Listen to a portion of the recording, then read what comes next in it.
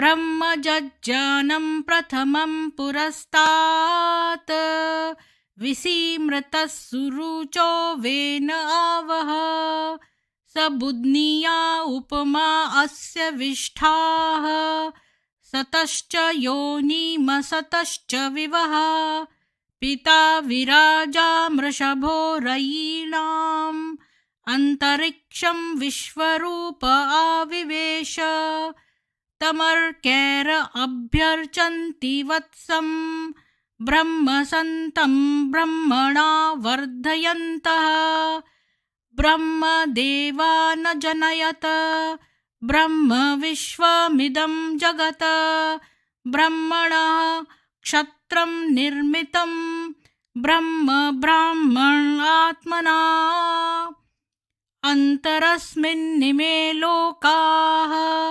अन्तर्विश्वमिदं जगत् ब्रह्मैव भूतानां ज्येष्ठं तेन कोऽर्हति स्पर्धितुं ब्रह्मण देवास्त्रयस्त्रिगुंशत ब्रह्मनिन्द्र प्रजापति ब्रह्मन् हविश्वा भूतानि न विवान्तः समाहिता चतस्र आशा प्रचरन्त्वग्नयः इमं नो यज्जन्नयतु प्रजानन् घृतं पिन्वन्न जरगुं सुवीरं ब्रह्म समिद्भवत्याहुतीनाम् ओम शांति शांति शांति।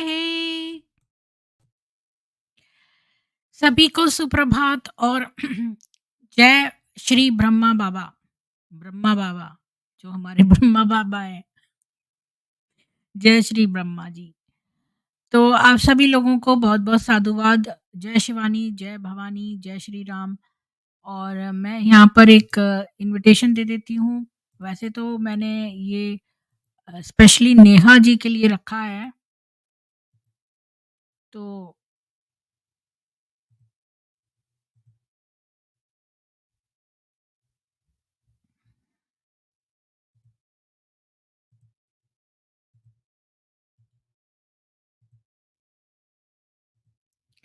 मैं एक लिंक दे देती हूँ। अगर कोई आना चाहता है, बीके वाले वो बातचीत करना चाहते हैं तो कर सकते हैं।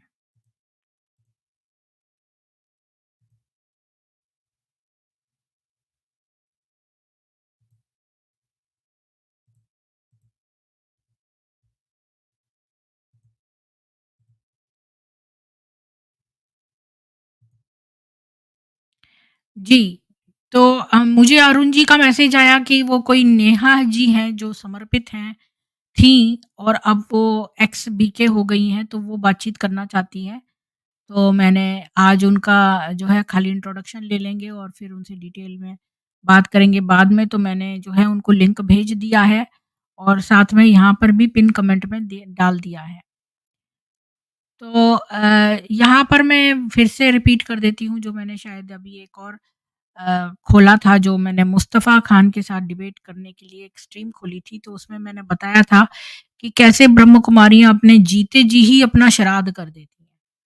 यानी कि वो जो रस्में होती हैं और लोगों को खिलाना और अपना जो भी रीति-रिवाज होते हैं, वो अपने जीते जी ही पूरे कर देती हैं।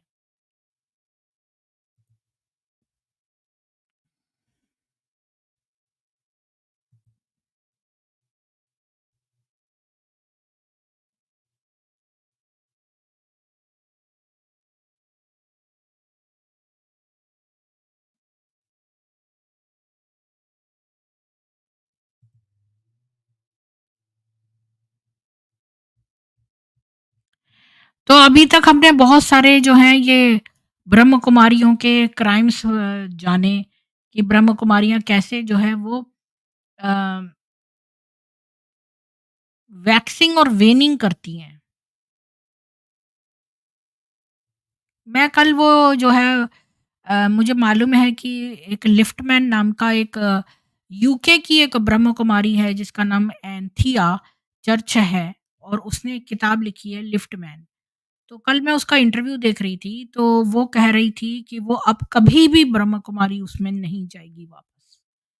और एक बच्चे को कैसे जो है वो ब्रह्म कुमारियों ने वहाँ से उठा लिया, उसके पिता यूके में थे, उसको निकाल के और ब्रह्म कुमारी संस्था में डाल दिया। वो इतना इनोसेंट बच्चा था और उसकी कथा भी उसने उसी में लिखी है।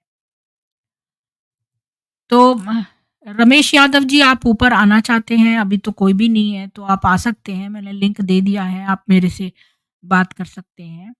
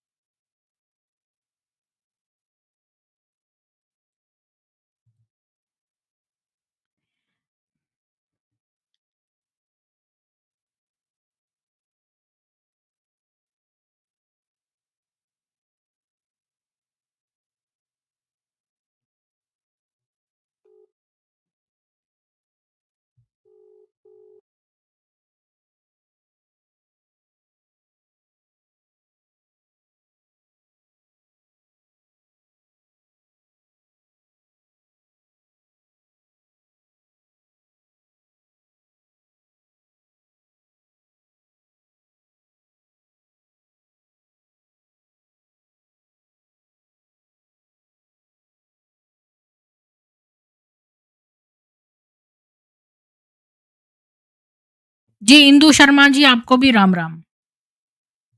तो रमेश यादव जी, आप जो हैं मुझे लगता है आप एक अच्छे इंसान हैं और आप जो है ऊपर आके बातचीत क्यों नहीं करते हैं? आप मेरे से प्राइवेट में करना चाहते हैं तो मैं प्राइवेट में भी करने को तैयार हूँ। आप आके बातचीत करिए, हम तो आपको अच्छा समझते हैं क्योंकि आप जो हैं प्रभु के लालच में ही तो ब्रह्म कुमारी जॉइन करे हैं। तो जो लोग ब्रह्म कुमारी उसमें जाते हैं वो बेसिकली अच्छे ही होते हैं क्योंकि उनको प्रभु की तलाश होती है। तो आप आइए प्लीज़।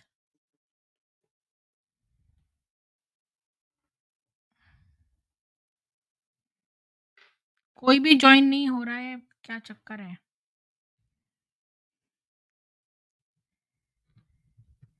हम सभी देव आत्मा हैं। रमेश यादव जी, हम सभी देव आत्माएँ हैं, क्योंकि हमें प्रभु ने बनाया है, तो हम सभी देव आत्माएँ हैं, हम सब दिव्य आत्माएँ हैं। दिव्य आत्मा वो होती है जो दिव्य सोच रखती है, जो हर किसी को जो है अ, हर किसी के अंदर अपनी ही आत्मा को देखती है। अहम ब्रह्मास्मि तत्वमसि, तत्व में देखती है। जी, मैंने लिंक दे दिया है, कोई आना चाहता है तो ऊपर आ सकते हैं।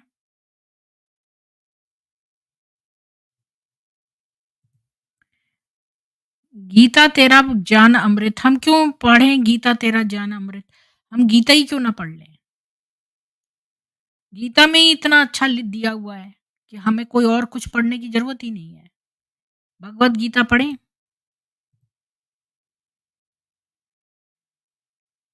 मैं बिल्कुल जानती हूँ, मुझे तो प्रभु के दर्शन भी हुए हैं। एक नहीं, मुझे अब तक 2 बार प्रभु के दर्शन तो पक्के पक्के पूरे पूरे हुए हैं, खुली आंख से। और इसके अलावा अनुभूति तो हजारों बार हुई है। मैं मुझसे अच्छा प्रभु को कौन जानता होगा? और अब वेदों में भी मुझे प्रभु की जो है वाणी पढ़ती हूँ तो भी अनुभूतियाँ खूब सारी हो रही हैं।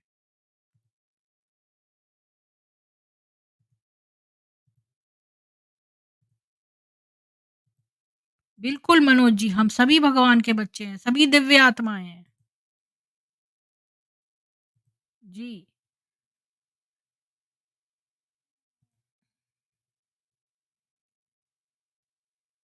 बहुत सारे लोग हैं रमेश जी, जो जिनके अंदर दिव्यता है, जो ब्रह्म कुमारी आश्रम में नहीं रहते लेकिन वो बहुत ही दिव्य हैं। और बहुत सारे लोग हैं जो ब्रह्म कुमारी आश्रम में रहते हैं लेकिन वो आसुरीय वृत्तियां हैं उनमें।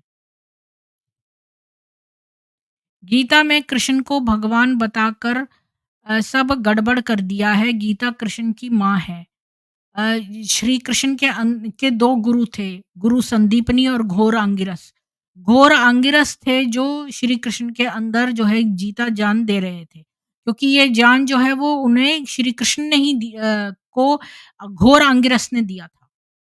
और श्री कृष्ण जो ज्ञान उन्होंने अपने गुरु घोर आंगिरस से सीखा था, वही ज्ञान अर्जुन को दे रहे हैं।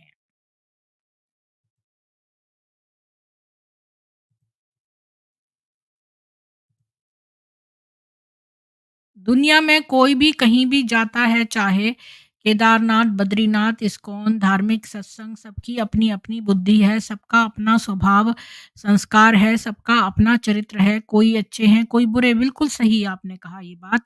और ये जो चित्तवृत्ति है और हमारे संस्कार हैं, ये हमारे जन्म से कई चीज़ें कैरी फॉरवर्ड होती हैं, जो संस्कार हैं। और जो चाहे वो सेंटर पे रहता हो या तुम्हारे ब्रह्म कुमारी सेंटर में रहता हो या वो केदारनाथ में रहता हो या वो झुग्गी-झोंपड़ी में रहता हो या वो कहीं भी नहीं रहकर एक पर्वत पे रहता हो, कहीं वो ऐसी किसी सिटी में रहता हो, कोई भी अच्छा और बुरा हो सकता है। ये उसके अपने संस्कारों पर डिपेंडेंट है। कोई सेंटर पे जाने से पवित्र नहीं हो जाता। हाँ, ये बात ज़रूर है, अगर आप अच्छे लोगों का संग करेंगे तो अच्छे विचार आएँगे आप पे। यहाँ बैठकर आप कौन होते हैं किसी के बारे में बोलने वाले। मैं प्रीति होती हूँ और मैं अपनी रिसर्च पर बेस्ड और जो मैंने जो वेदवाणी पढ़ती हूँ वो जो ईश्वर ने जो है ऋषियों को जो ज्ञान दिया वो वेदवाणी है। वेदवाणी से बड़ा कोई ज्ञान है नहीं इस दुनिया में। तो जो वेदवाणी है वो सीधे-सीधे प्रभु के हाथों दी हुई है, प्रभु के द्वारा दी गई है। और वही वेदवाणी जो है पढ़कर और जो बाकी रिलिजन के बारे में जो मेरे पास पुख्ता सबूत हैं, जो उन्होंने अपने मुँह से कोर्ट में बयान दिए हैं, उनके बेसिस पर मैं ये जज कर सकती हूँ कि वो कौन क्या हैं। और बहुत सारे लोगों का भला मैं इस प्रकार कर सकती हूँ, ताकि मैं उनकी असलियत बता-बता के ताकि लोग जो हैं वो चौकन्ने हो जाएँ। अब अगर कोई धूर्त व्यक्ति के पास जाना चाहता हो स्वयं से, किसी प्रेत को फ़ॉलो करना है या ईश्वर को फ़ॉलो करना है, ये जब उसको समझ में आ जाएगा, इसके बाद उसकी मर्ज़ी है कि वो कहाँ जाए। हम ये नहीं कहते कि आप क्या हम आपको फाइनली कोई ज़बरदस्ती नहीं कर रहे हैं, हम खाली आपके सामने चीज़ें ज्यों की त्यों लाके रख रहे हैं। अब ये आपकी अपनी समझ है कि आप किस चीज़ को फ़ॉलो करें। परमात्मा सबके गुरु हैं, उसको पढ़ने की ज़रूरत नहीं है। बिल्कुल है ज़रूरत। परमात्मा खुद कहते हैं कि वेदवाणी जो है आपको पढ़नी चाहिए। डेली आप वेदवाणी पढ़ें। ये बात वेदों में लिखी हुई है और वेदवाणी ही प्रभु की वाणी है। मुझे यह समझ नहीं आ रहा कि यहाँ पर बीके वाले कैसे आ जाते हैं, जहाँ पर जान चर्चा होती है, वहाँ पर बीके वालों की को जाना मना है। हाँ, वो जासूसी वग़ैरह करने आते होंगे या लोग फाँसने आते होंगे, क्योंकि फ कल्ट के फॉलोअर्स भी तो बढ़ाने हैं, क्योंकि पैसा लूटना है। और शिव बाबा का कोई गुरु नहीं। शिव बाबा कौन है? हू इज़ शिव बाबा? जो शिव जी हैं हमारे, वो बाबा नहीं हैं। शिव जी जो हैं, बाबा कहते हैं दादा जी को। हम लोग तो कहते हैं, हमारे यहाँ तो दादा जी को बाबा कहते हैं। तो शिव जी जो हैं, वो हमारे परमपिता हैं। शिव जी जो हैं वो एक मैनिफेस्टेशन है ईश्वर की। जो मैनिफेस्टेशन थी वो 3 भागों में विभक्त हो गई। एक जो है वो क्रिएशन का काम करने लगी, एक मेंटेनेंस का काम करने लगी, एक डिस्ट्रक्शन एंड रिफॉर्मेशन का। तो ये जो है शिव वो निराकार रूप है, जो डिस्ट्रॉयर है उसका। और जो साकार रूप है वो शंकर है। वेदों के अनुसार परमात्मा साकार है या निराकार? तो वेदों में जो प्रभु हैं, वो प्रभु तो निराकार हैं और उनकी बहुत सारी विशेषताएँ हैं, बहुत सारी विभूतियाँ हैं, जो गुण हैं, वही 33 कोटि देवी-देवता जो हैं, वो उनके गुण हैं। और प्रभु को हम साकार रूप में भी वेदों में ये भी है कि जो क्योंकि निराकार भाव से जो है पूजा करना, उपासना करना मुश्किल है, तो कई जो सीधे सरल लोग हैं, वो साकार उपासना उनके लिए आसान होता है। तो ज हालाँकि प्रभु तो जो ईश्वर हैं, परमात्मा हैं, वो निराकार हैं, लेकिन हम उनकी साकार उपासना भी कर सकते हैं या निराकार उपासना भी कर सकते हैं। निराकार उपासना कठिन होती है, इसलिए साकार उपासना भी अलाउड है। गीता यही कहती है। बीके वालों को कहा जाता है कि केवल शिव बाबा का ही ज्ञान सुनना है और कहीं का नहीं सुनना है। हाँ, पर वो कहते कुछ हैं, करते कुछ हैं, ये तो हमेशा से ही पता है आपको अंकित जी, कि ये कहते कुछ हैं, करते कुछ हैं। शुरू से ही इनकी आदत रही है। अब देखो लेखराज था, उसने तो संकल्प से कोई बच्चे नहीं करे। वो तो एक मनुष्य था, वो भी नीची कोटि का मनुष्य था। एक आम आदमी जो है वो उससे ऊपर उठा हुआ होता है। वो कैरेक्टर का लूज़ था। वो बच्चियों को नंगी बच्चियों को अपनी गोद में बिठा के चूमता था। उसके नंगे बदन पर ब्रह्म कुमारियाँ आस-पास बैठ के ताश खेलती थीं। उसने सोचा कि भई मैं खाली महिलाओं पर उपकार करूँ और उसने जो पहली ओम मंडली बनाई थी कराची, सिंध, पाकिस्तान में, तो उसने वहाँ पर खाली लड़कियाँ छोटी-छोटी रखीं। तो आप खुद ही समझ जाओ कि कोई मक्कार वासना से भरा हुआ आदमी खाली छोटी लड़कियों को ही एक मंडली बना के रखे और उसमें लड़के ना हों या किसी आदमी पुरुष पर ये उपकार ना करके केवल यंग कमसिन लड़कियों पर उपकार करे, तो आपको क्या समझ में आता है? कोई मूर्ख और बेवकूफ ही होगा जो उस बात को नहीं समझेगा। अरुण जी जॉइन हो गए। अरुण जी आपका बहुत स्वागत है। जी, अरुण जी नेहा जी जो आ रही हैं क्या? जी, अभी नहीं आ पाएँगी। अच्छा, मैंने तो उनका थंबनेल बना के भी लगा दिया, आपने कहा आप कि वो आएँगी तो मैंने जल्दी-जल्दी बनाया।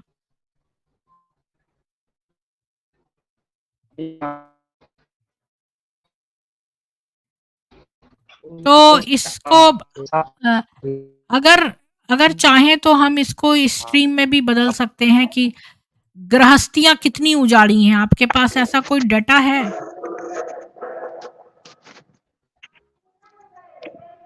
छोटा-सा है, छोटे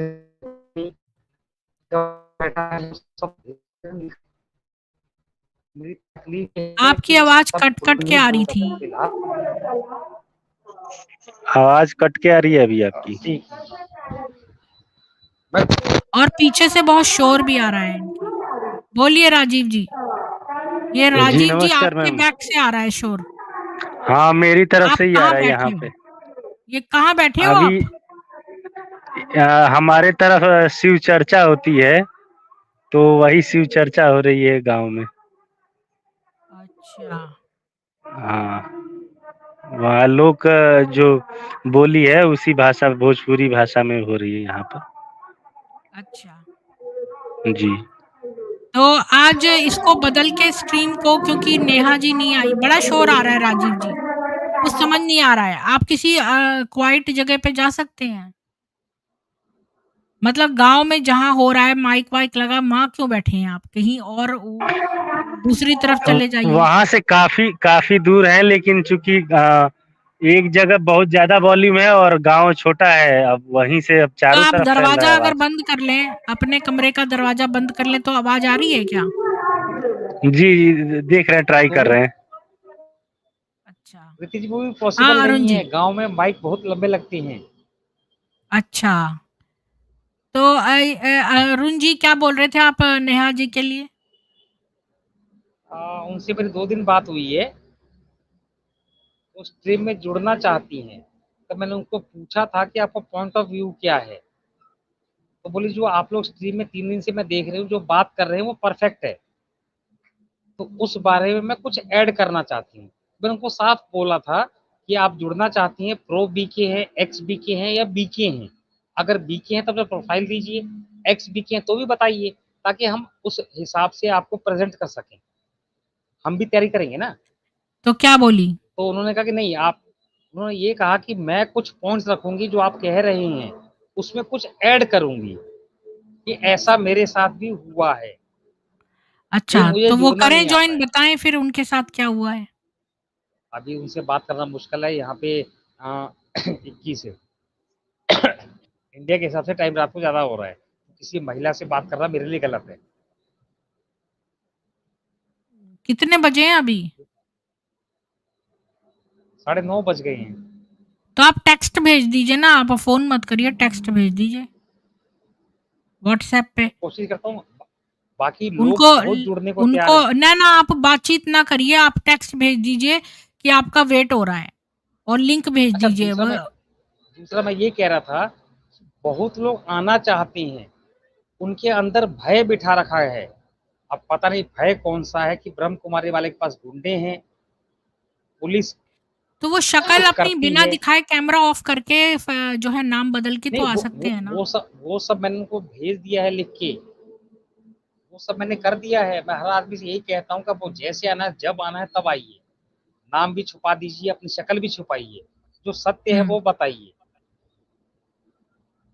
अच्छा। तो फिलहाल क्या, मैं आपने 2 जो केस लिफ्टमैन आप पढ़ रहे थे उसकी कहानी सुना दीजिए। ये मैंने पूरी पढ़ी नहीं है तो। जितनी पढ़ी है उतनी मेरे सुना पास दीजिए।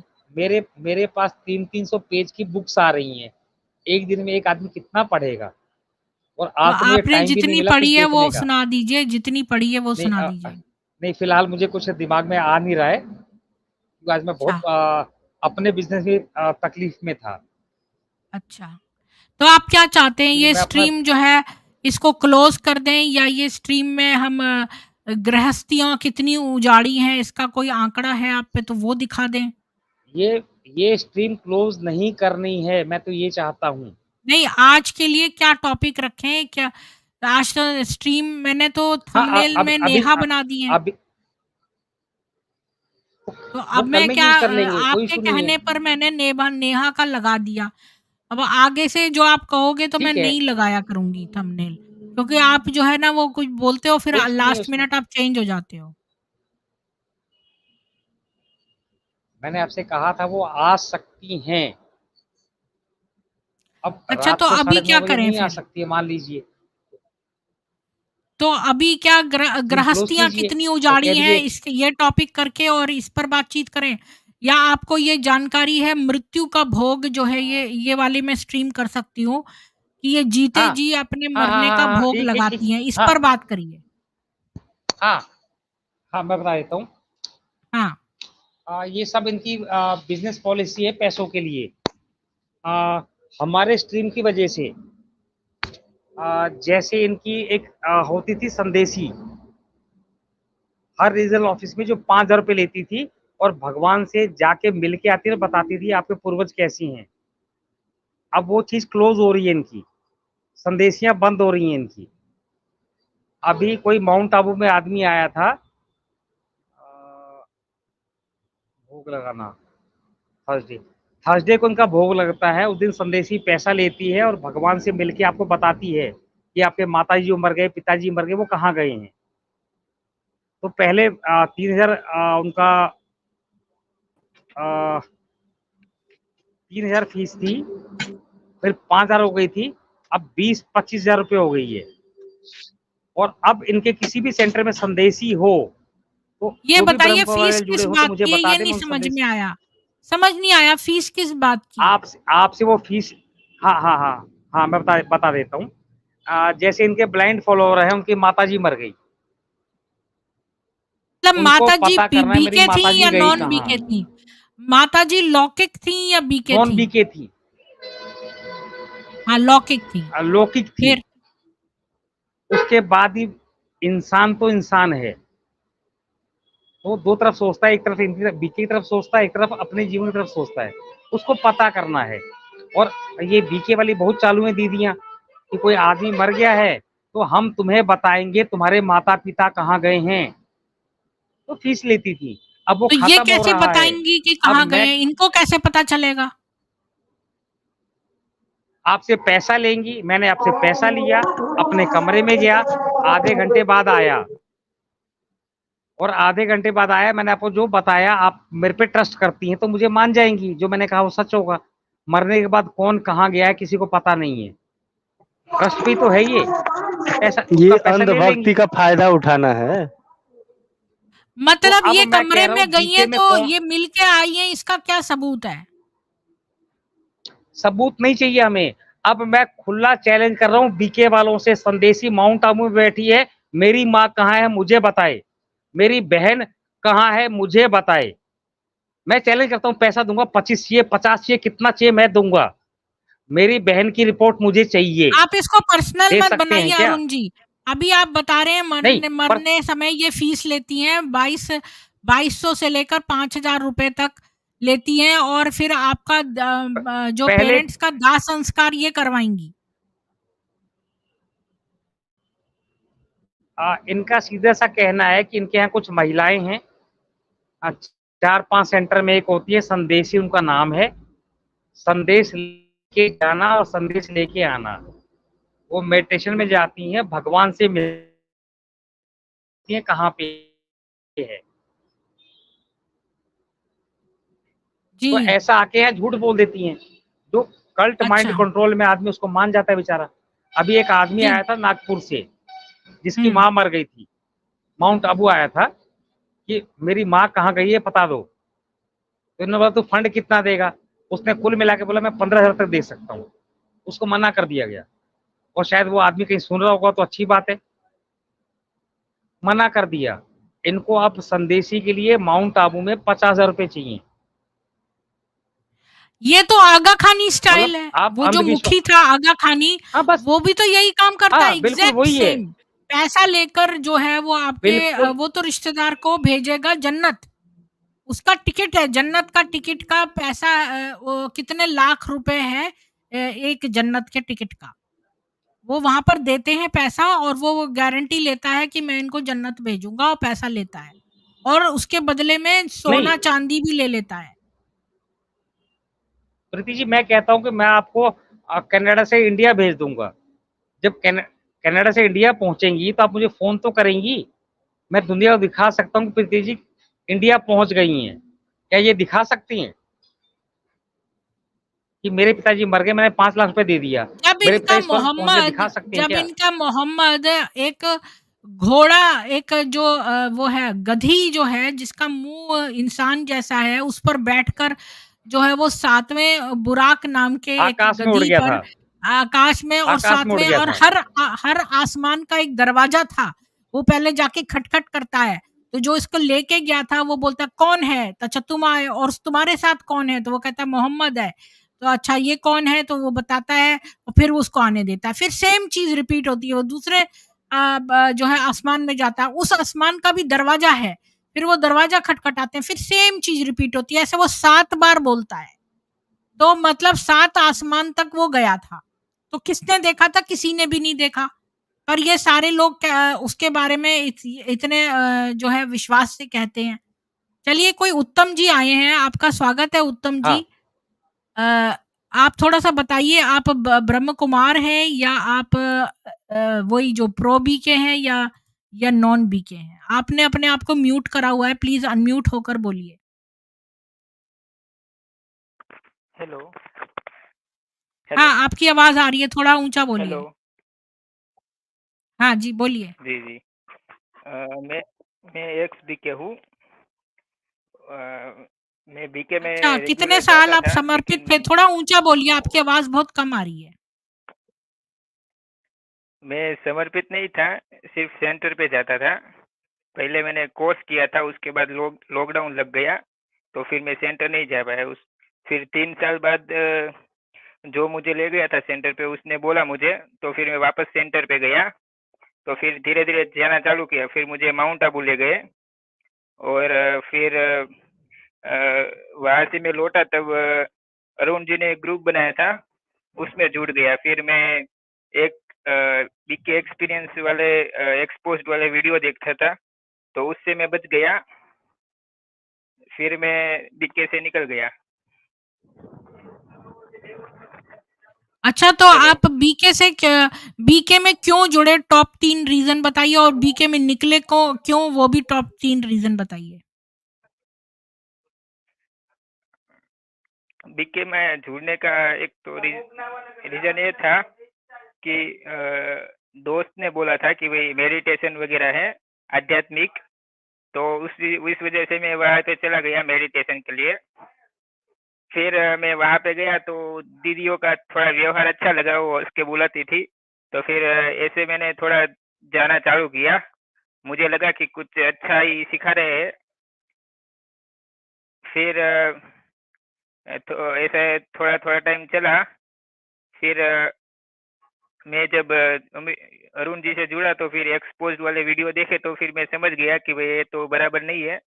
तो फिर मैंने वो डिसकंटिन्यू कर दिया।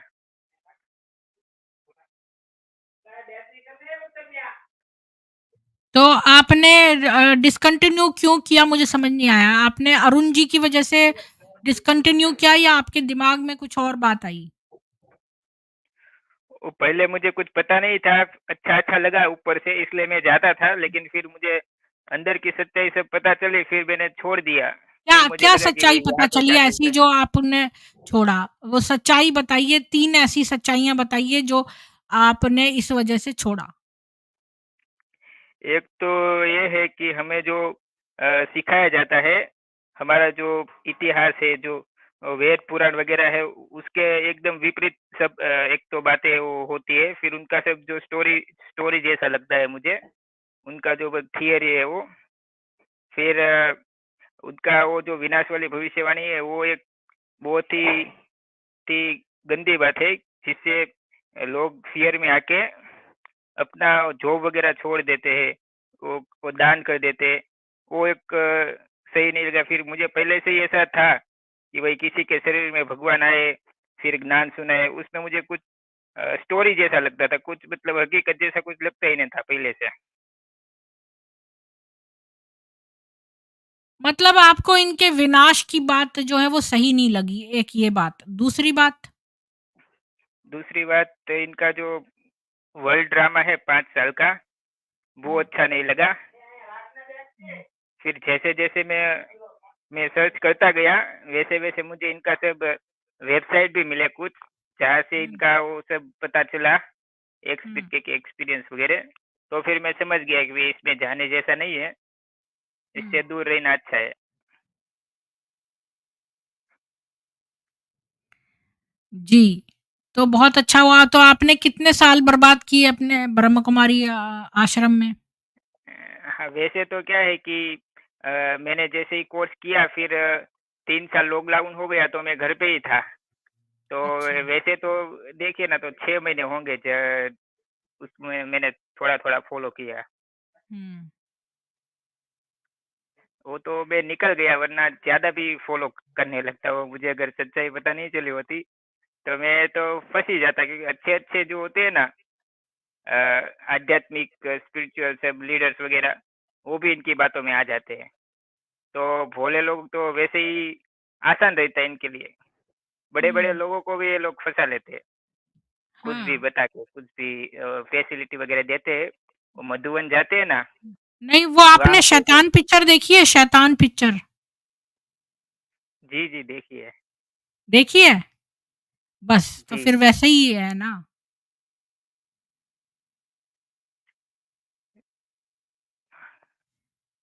जी। जी, आप दूसरा कुछ क्वेश्चन कर सकते हैं। हाँ, हाँ, बोलिए।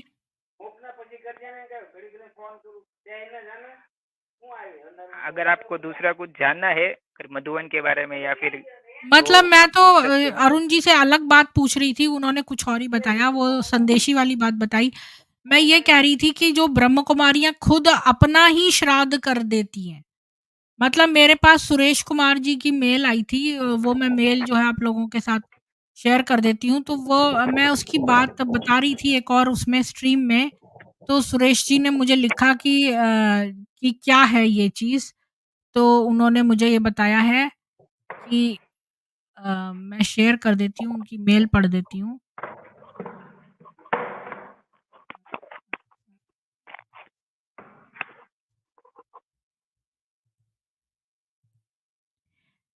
वो कह रहे हैं कि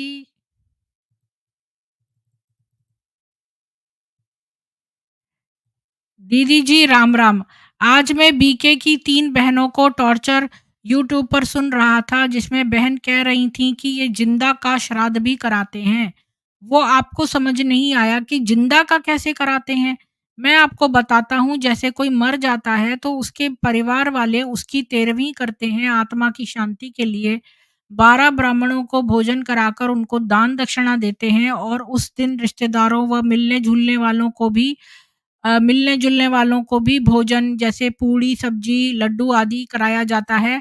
तो कई सोचते हैं कि मेरे मरने के बाद मेरे बच्चे परिवार वाले ऐसा ना करें, तो वे अपने जीते जी सेंटर पर अपना भोग लगा देते हैं और जो भी मरने के बाद रस्म होती है, वो जीते जी अपने सामने करवा लेते हैं। ये सिर्फ संतुष्टि के लिए कि मेरे मरने पर कोई करे या ना करे, मैंने तो जीते जी करवा दिया है।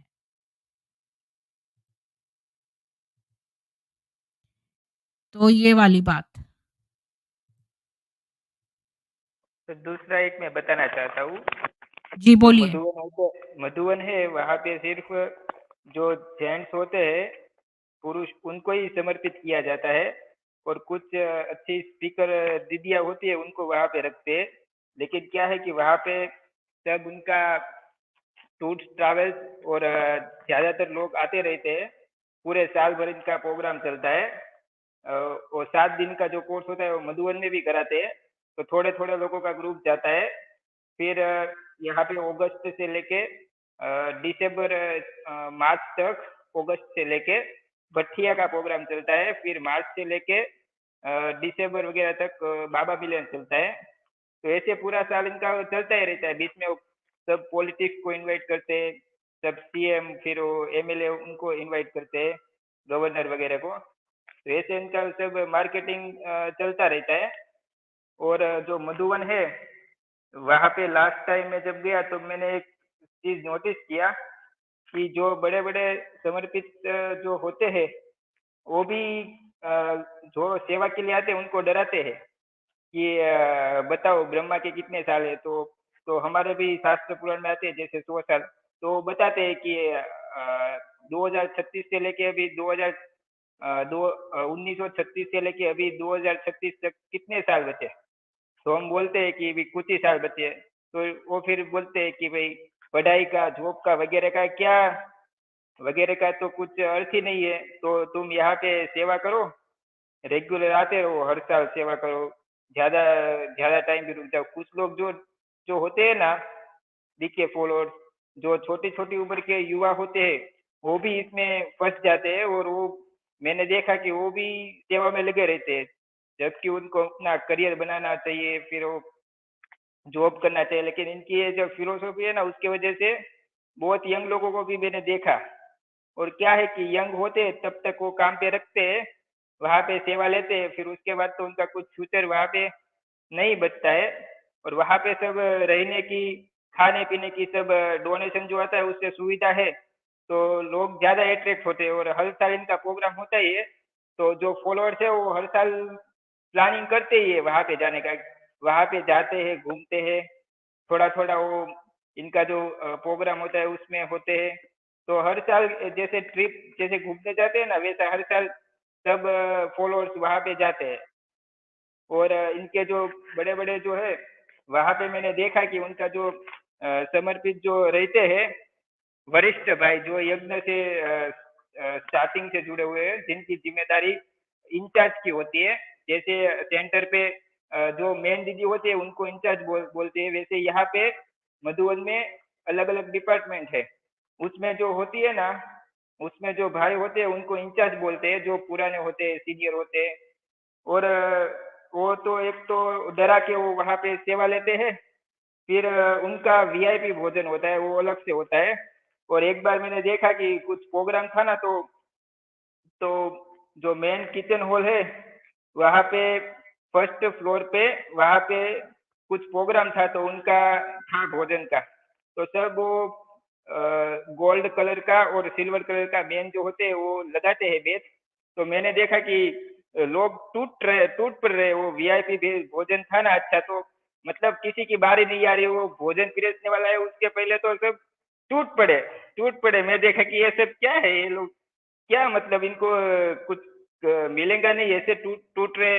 और कुछ लोग तो ऐसे वो भोजन वो है वो भर के जा रहे ठेले में, फिर वो अपने वो जो रहता है उसमें। तो मैंने सोचा कि ये लोग तो मतलब दिखाते अच्छा थे, लेकिन ये बड़े-बड़े जो है वो भी कैसे मतलब इनको कुछ मैनर्स भी नहीं है। तो वो मुझे एक बैड एक्सपीरियंस हुआ वहाँ पे जाने के बाद। और आप दूसरा कुछ भी पूछ सकते हैं मधु इनके बारे में। मतलब आप ये कह रहे हैं जैसे शेयर शेयर पार्टी होती थी तो मैं देखती थी जैसे शेयर के लोगों की वो होती तो लोग टूटे पड़ते हैं। कई लोग अपने पर्स ले जाते हैं उसमें पकोड़े भर लेते हैं पनीर के ये वो। तो मैं जब वहाँ पर देखती थी तो मैंने होटल में एक वो करा था कोर्स तो मुझे मेरा बॉस कह रहा था अभी यहाँ पर शेयर पार्टी होने वाली है तुम सब लड़कियाँ यहाँ से हट जाओ वरना ये लोग तो टूट पड़ते हैं और ये देखते नहीं है। तो खाने पर वैसे इतने सारे लोग टूटे पड़े थे बड़ी शर्म लगी देख के। तो जी, आप जी। ये कह रहे हैं कि मतलब ब्रह्म वैसे ही कुमारियाँ मैंने भी ये देखा कि ये जो हाँ, ये लोग भी बड़े-बड़े टूट पड़ रहे समर्पित हैं। भाई है, वो भी ऐसा कर रहे हैं, तो मतलब इन लोगों को खाने-पीने की ज़्यादा चिंता है और लोगों से फ्री में सेवा लेने का और बस वो अच्छा फ्री में देखने लोगों से देखने सेवा लेते हैं का उसका पैसा नहीं देते ये लोग। वो है, उसमें ही ज़्यादा इनका इंटरेस्ट है।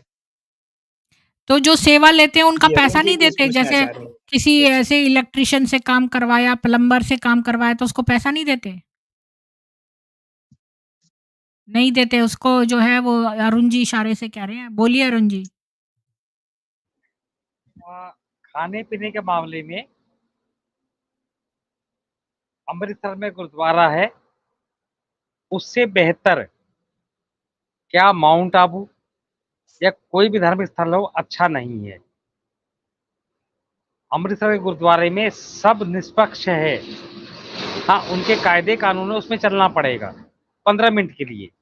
बाकी खाने का पैसा कोई चार्ज नहीं होता है, वहाँ आने का कोई सुविधा नहीं है। तो माउंट आबू आने के लिए पैसा लेते हैं। तो मुझे लगता है कि स्वर्ण मंदिर अपना अच्छा है। और फिर ये दिखाते हैं कि हमारे यहाँ पे खाना कैसे बनता है। ब्रह्म कुमारी वाले वीडियो रिलीज करती हैं, रोटियां ऐसे बन रही हैं, ऐसे बन रही हैं। अरे तुम्हारी बन रही है तुम्हारे बीके वालों के लिए। अमृतसर जाकर देखो, वहां कोई बीके के लिए नहीं बन रही है। जो आएगा वो लंगर खाएगा और जाएगा। तुम बेहतर हो या अमृतसर बेहतर है? ये तो कल से मैं भी सारी वीडियो बनाऊंगा कि ये है ब्रह्म कुमारी और ये है गुरुद्वारा या ये है मंदिर। पूछूंगा इनसे सवाल, इनको जवाब देना पड़ेगा। ब्रह्म कुमारी में माउंट आबू में सिर्फ ब्रह्म कुमारी को खाना खिलाया जाता है। दुनिया जैसे आप चली गई, आपको नहीं खिलाएंगे, आपको वहां रखेंगे भी नहीं।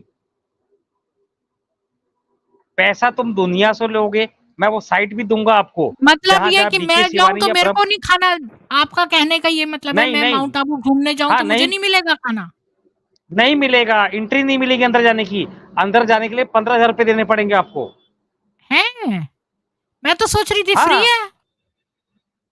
नहीं, वो 15,000 आप दे के अगर नॉन इनका बीके हैं अंदर, खाना क्यों खाऊंगी मैं? 15,000 तो मैं 5 सितारा होटल में खा सकती हूँ। कुछ बेवकूफ फंस जाते हैं।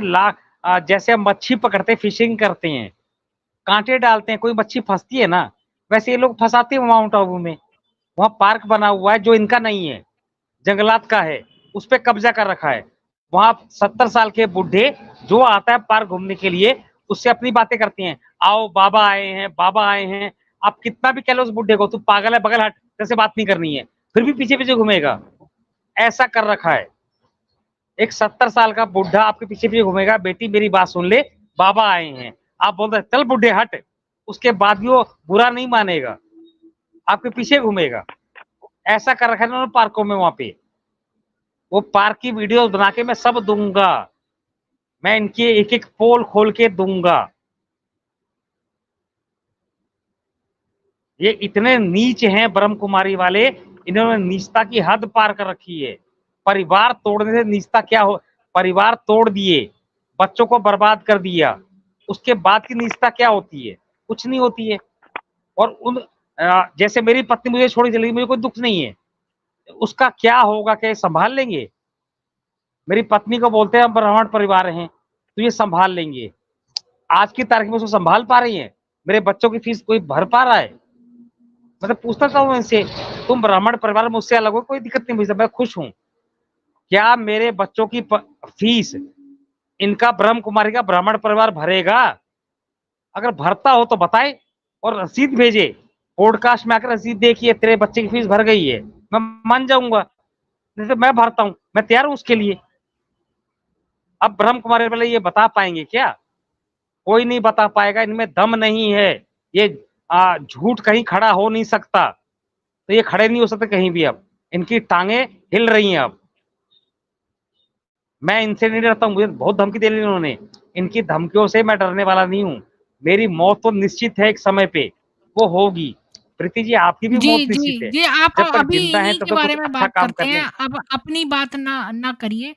तो मतलब ये कि हम ये देख ठीक रहे है। हैं कि ये लोग जो है पैसा लेती हैं, ये फ्री में खाना नहीं देती हैं और अमृतसर में ऐसे बहुत ढाबे हैं।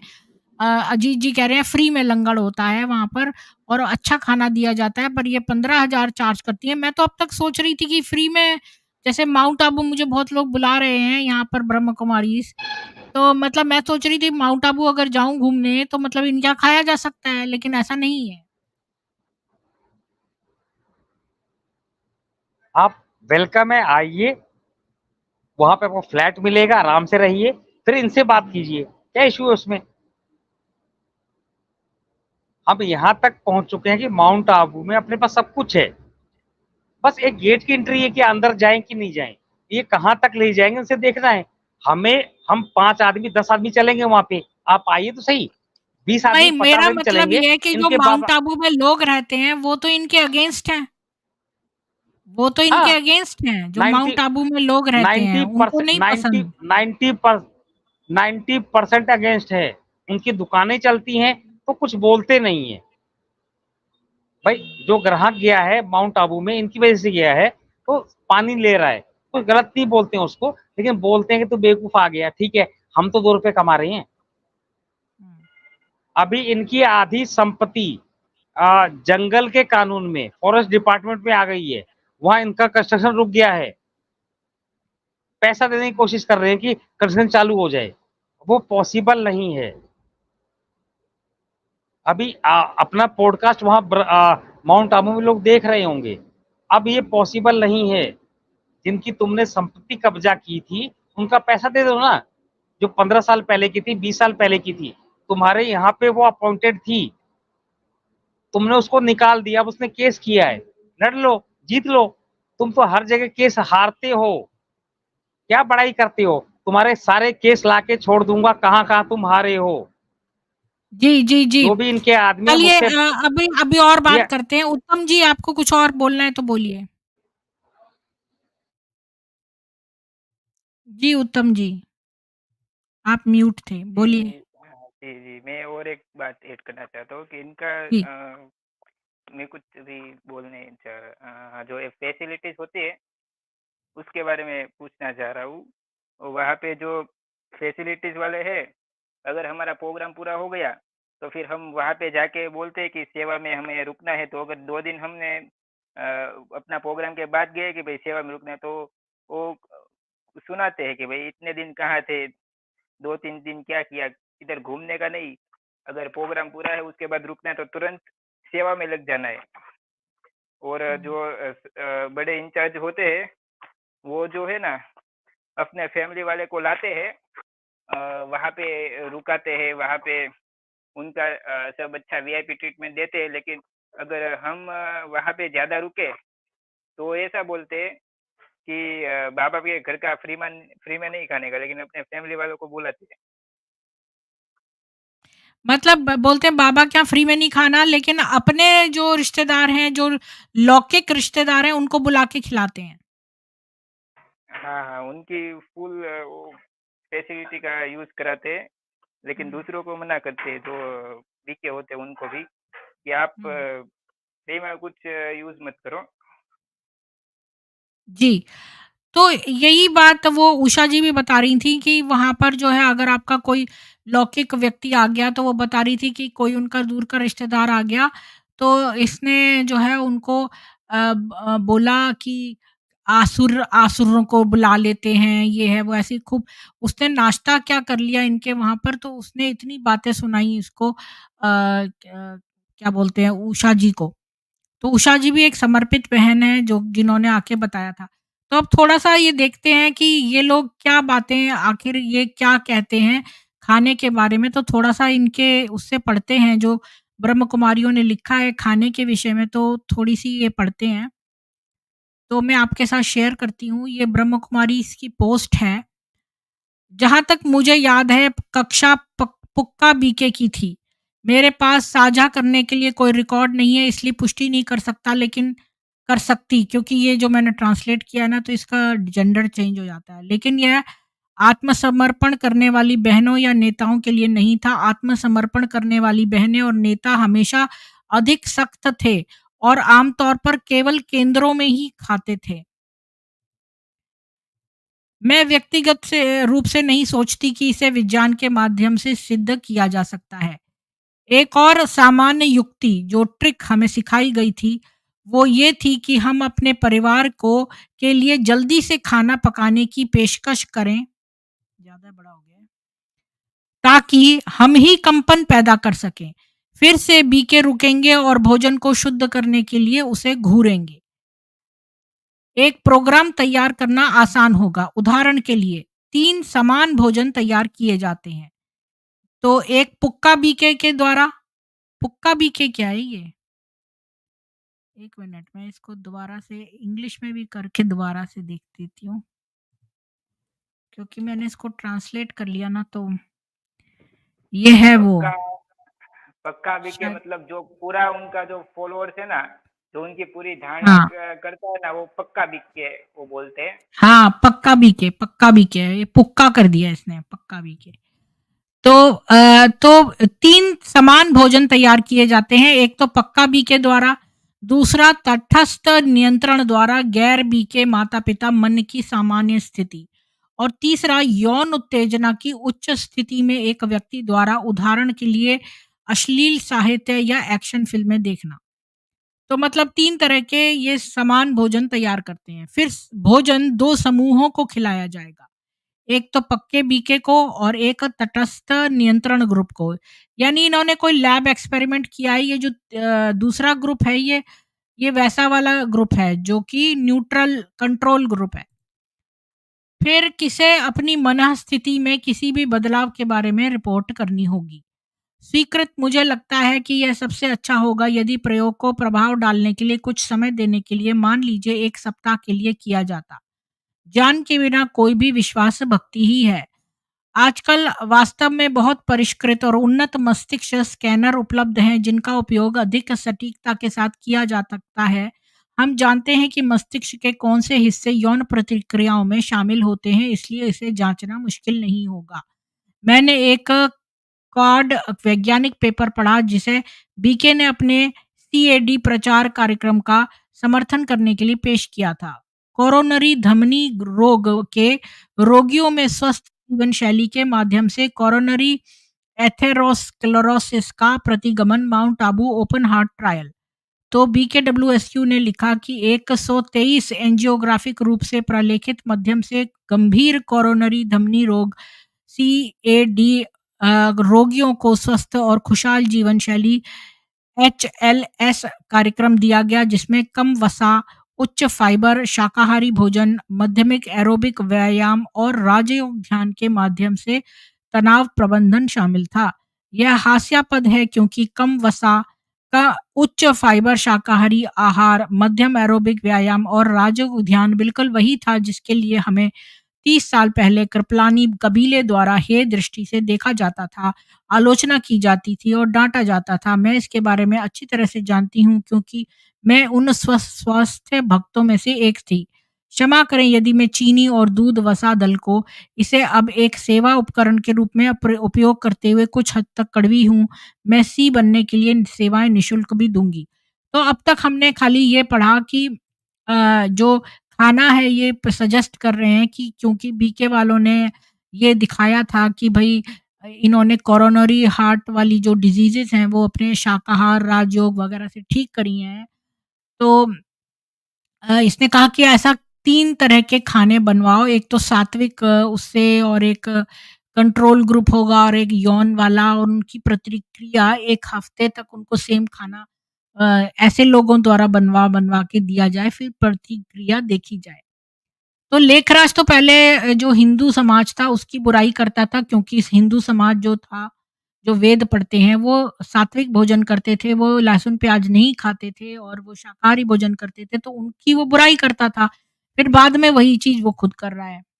ख़ैर, आगे चलते हैं। टोटोलॉजिकली चैलेंज्ड डाउ ने लिखा मेरे, चलो मैं इतना सारा अ, क्या पढ़ती हूँ, यहाँ पढ़ती हूँ। मुझे लगता है इससे फ़र्क पड़ता है कि भोजन कैसे उगाया और चुना गया है, ये भी नहीं मुझे पढ़ना। आगे पढ़ते हैं। खास मुद्दे।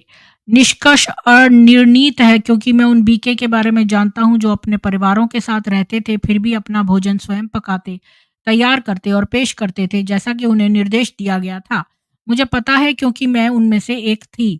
मैं मुरली आदि में जो लिखा है उसे बीके की परिभाषा के रूप में स्वीकार करना पसंद करती हूँ, बजाय इसके कि लोग इसकी व्याख्या या संशोधन कैसे करते हैं, खासकर जब मानकों को कम करने की बात आती है। भारत में क्या होता है जब एक पति बीके बन जाता है और उसकी पत्नी नहीं बनती?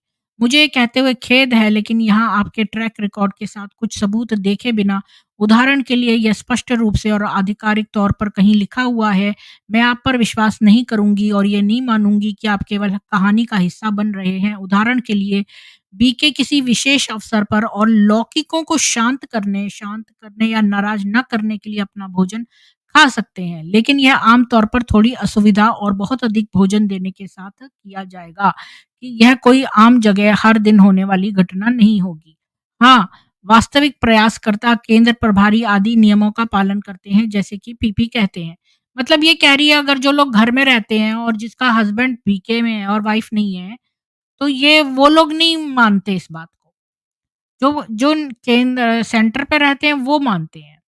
ऐसा करने से युग की शुरुआत ठीक हो जाती है और कहानियों में बताया जाता है कि शुरुआती बीके को कैसे कष्ट सहना पड़ता है और उन्हें प्रयास करना पड़ता है।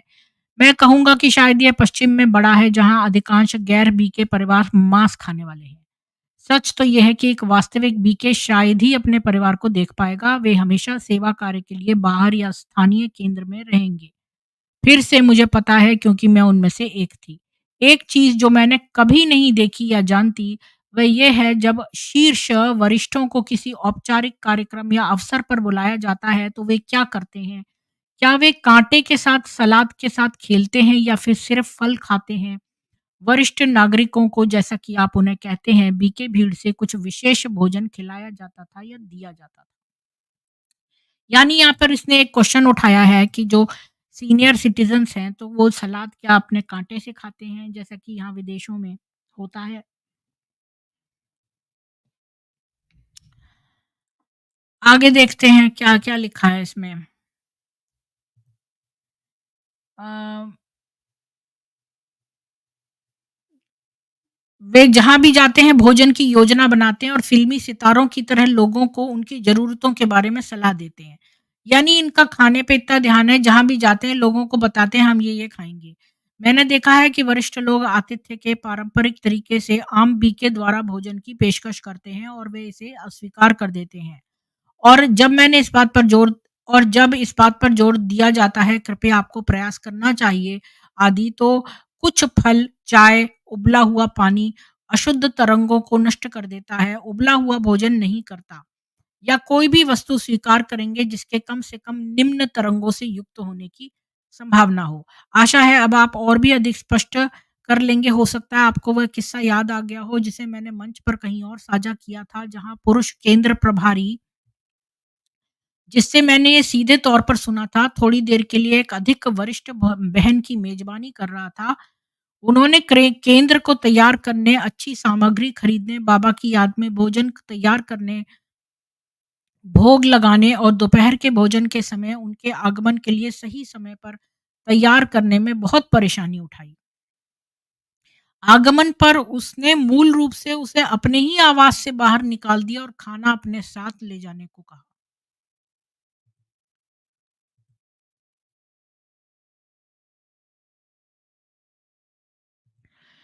मतलब ये खाने के लिए बहुत ज़्यादा वो करते हैं, मीन मेख निकालते हैं और जहाँ भी जाते हैं खाने के ऊपर बहुत चुपचाप नहीं रहते, बल्कि लोगों को फरमाइशें बताते हैं, हम ऐसा नहीं खाएँगे, वैसा खाएँगे, ऐसा खाएँगे। ऐसा ही मुझे लग रहा है इसमें अब तक पढ़ के।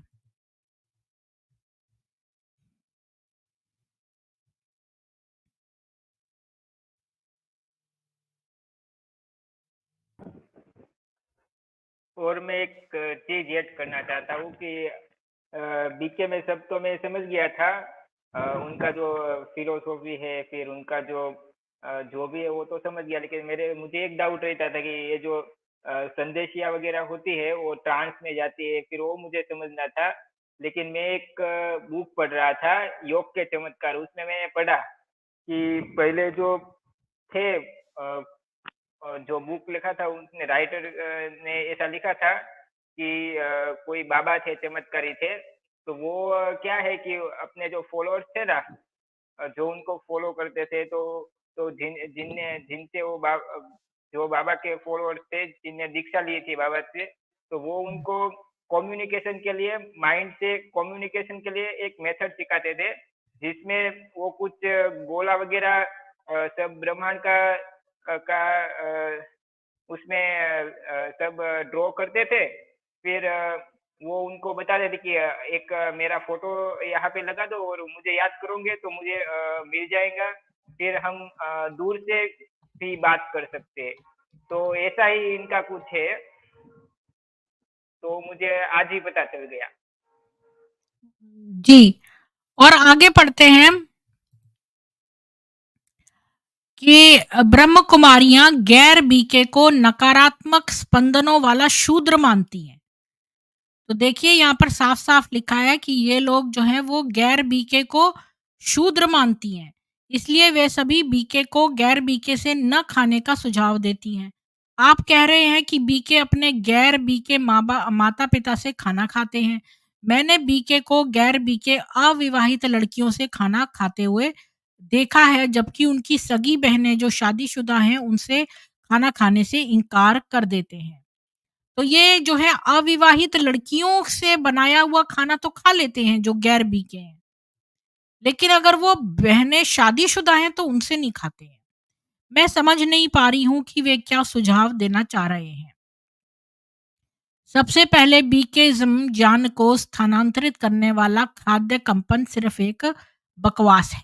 यदि बीके द्वारा तैयार किया गया भोजन सकारात्मक कंपन के साथ है, यानी उसमें पॉजिटिव वाइब्स आ रही हैं और ये कहा जाता है कि ये खाने वाले व्यक्ति तक पहुंच जाता है, तो क्या आप मुझे जवाब दे सकते हैं कि बीके केंद्र में रहने वाले एक बीके भाई और बीके बहन ने बीके का खाना खाने से अपने साथ रहने वाली एक अन्य बहन बीके बहन की हत्या क्यों कर दी?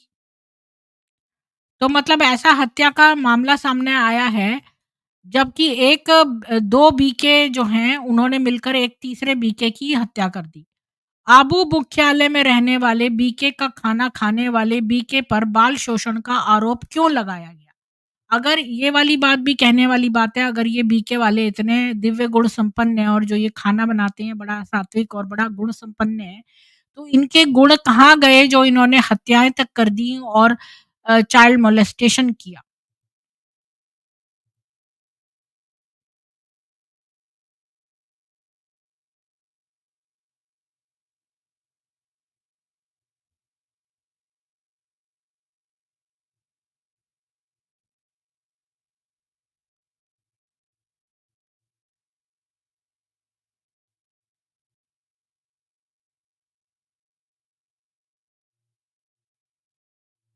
एक बीके ने इसके बारे में जवाब भी दिया और कहा है कि मैं इसको बचाव नहीं करूँगा, और उसने एक और भी बात कही है, वो भी पढ़ लेते हैं।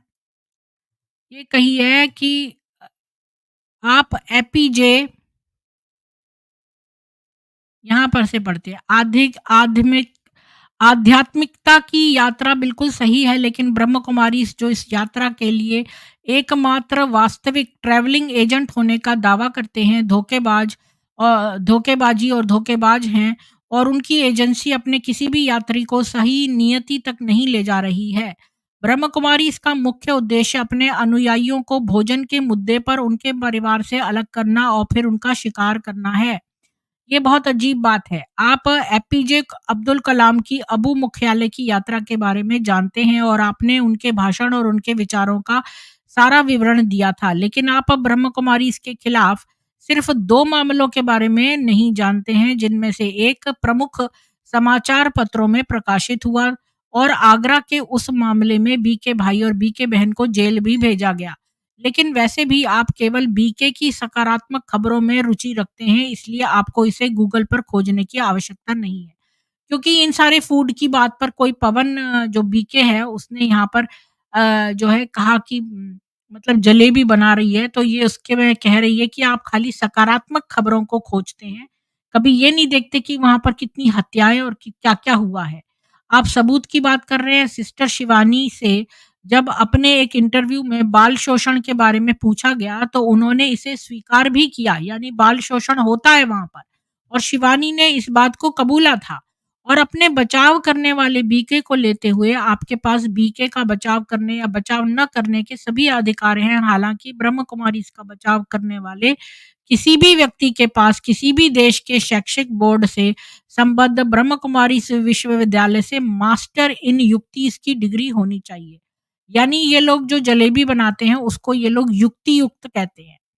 तो जिसने युक्ति युक्त यानी जलेबियों में मास्टरी कर ली है, वो जो है अपना वो जो है इन सबको हैंडल कर सकता है, ये सारे केसेस को।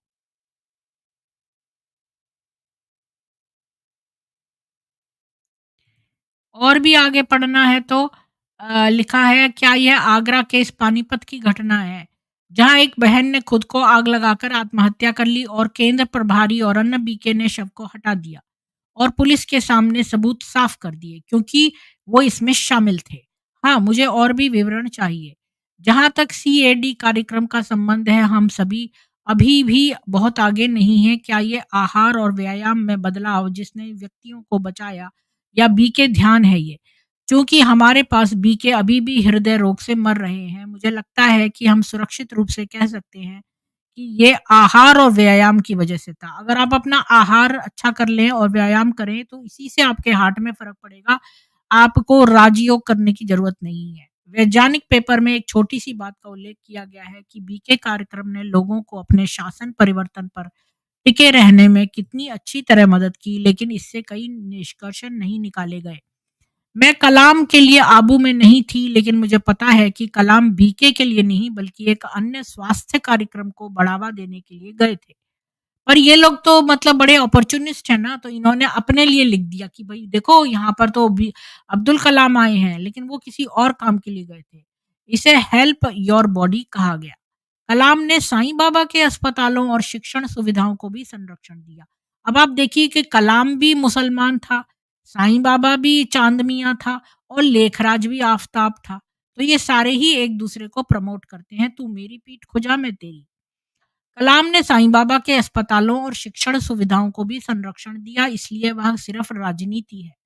मुझे नहीं पता कि यह कितना प्रभावी था। गरीबी और कुपोषण और भी बड़ी समस्या है, लेकिन उनका भाषण यहाँ माउंट आबू में ग्लोबल हॉस्पिटल रिसर्च सेंटर का भी जिक्र करता है। 9 साल के अध्ययन अबू हेल्दी हार्ट ट्रायल ने निष्कर्ष निकाला कि प्रथाओं ने सीएडी प्रतिगमन में 11.82 सुधार किया है, शुद्ध रक्त को महाधमनी में 30% से अधिक पंप किया है और कोलेस्ट्रॉल में 24% की कमी हुई है। पर ये सब जो है अच्छा खाना और व्यायाम की वजह से हुआ है। इसका बीके से कुछ लेना-देना नहीं है। क्या भगवान को शहरी मध्यम वर्ग को ये सिखाने के लिए आना होगा कि उनका धन और अधिक खाना उन्हें बीमार बना रहा है?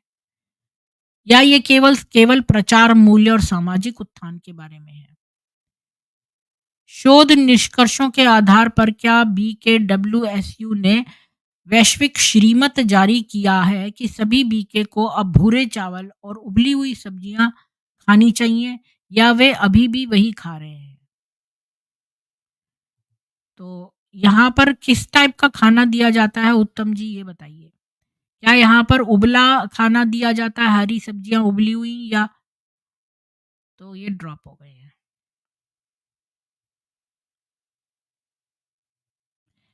तो मतलब ये लोग जो हैं वो हर जगह अपॉर्चुनिस्ट हैं।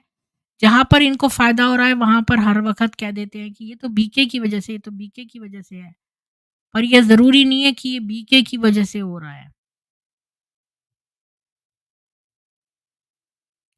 ये एक पिरामिड स्कीम है स्लेव्स बनाने की। बोलिए उत्तम जी। जी मैम, आप अगर कुछ पूछना चाहें तो भी के बारे में मुझे पूछ सकते हैं। और बीच में जो मैंने एक्सपीरियंस शेयर किया था वो संदेशी वाला ट्रांस वाला, तो उनको उनका बस यही एक होता है ट्रांस वाला, इसी के ऊपर उनका पूरा सब चला हुआ है। जो योग योग कराते वो त्राटक त्राटक जैसा जो योग कराते, और आज हम जो है ना वो और खाने आगे पे को बात तो कर रहे हैं। अच्छा। क्योंकि खाने का मुद्दा जो है आप लोगों ने उठा दिया है, तो खाने पर ही हम आगे एक और चीज़, मैं लास्ट एक चीज़ और दिखा के पढ़ना चाहती हूँ, कि ये भी एक बीके ने लिखा है कि आज्ञाकारी दासों के काम पर एक पिरामिड पंथ, ये जो बीके का पंथ है ये आज्ञाकारी दास बनाता है। इनका उद्देश्य है दास दासी बनाना, और ये एक पिरामिड स्कीम है। और साम्राज्य का निर्माण करने की नैतिकता क्या है, जिस पर आपका पूरा नियंत्रण था, फिर किसी को भी अंदर आने और कुछ भी करने की अनुमति देने के लिए नियमों को बदलना, यहाँ तक कि उन नियमों के विपरीत जिनके साथ आपने शुरुआत की थी। या धर्म को ले लो और इसे बाहर खाने सहित एक व्यवसाय में बदल दो। साथ ही पश्चिमी या पश्चिमीकृत बीके के लिए बोलना ठीक है कि बीकेडब्ल्यूएसयू कितना उदार या ढीला हो गया है, लेकिन भारत में उन सभी 10,000 महिलाओं की स्थिति क्या है जिन्हें उन्होंने गुलाम बना लिया है, जिनमें से कुछ लोग शायद ही अपना केंद्र छोड़ते हैं। रिश्तेदार का खाना खाने से कितनी हानि होती है। उदाहरण के लिए, क्या माएँ ठीक है लेकिन मौसी और चचेरी बहनें ठीक नहीं है? जब मैंने पढ़ा कि एक बीके ऐसा खाना खा रही है जो कुंवारी महिलाओं द्वारा नहीं बल्कि विवाहित महिलाओं द्वारा पकाया गया था, तो मुझे हंसना पड़ा। बीके को सोचना चाहिए कि वह इस्लामी स्वर्ग में है। 75 वर्ष और करोड़ों डॉलर के बाद भी विश्वविद्यालय ने अंतर साबित करने के लिए सरल शोध क्यों नहीं किया है, या नहीं? और क्यों, जब वेदों में ऐसे साधुओं की कहानियां हैं जो मांस खा सकते हैं? ऐसे कोई नहीं है, ये लोग बताते हैं।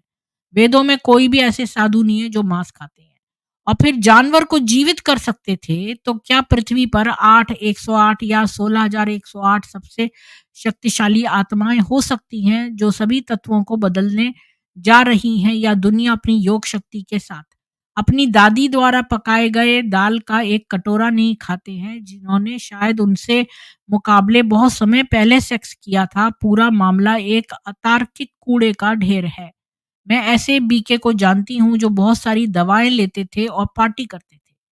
मैं तो यहाँ तक कहूँगी कि इससे उनका मन बदल गया। उनका खाना खाना शुद्ध, और किसी गैर बीके का खाना अशुद्ध क्यों होगा जिसने कभी ड्रग्स नहीं लिया, कभी पार्टी नहीं की? मुझे लगता है कि बाहरी लोगों को ये कैसा दिखता और सुनाई देता है, ये उनके लिए अधिक महत्वपूर्ण है। यह हिंदुओं को विश्वास दिलाने के लिए कि वे धार्मिक हैं, जाति में जन्मे ब्राह्मणों के रूप में अभिनय करना एक नाटक है। मतलब इनके कहने का ये है कि कई जो ड्रग लेने वाले हैं, जो ब्रह्म कुमारियाँ बन गई हैं, वो खाना बना रही हैं तो बड़ा दिव्य लग रहा है, और जो बाहर के गैर बी के जो लौकिक लोग हैं, वो लोग बेचारे सीधे सरल हैं, जो ड्रग्स वगैरह कभी नहीं लिए उन्होंने, जो बड़े धार्मिक थे, वो खाना बनाए तो बुरा है।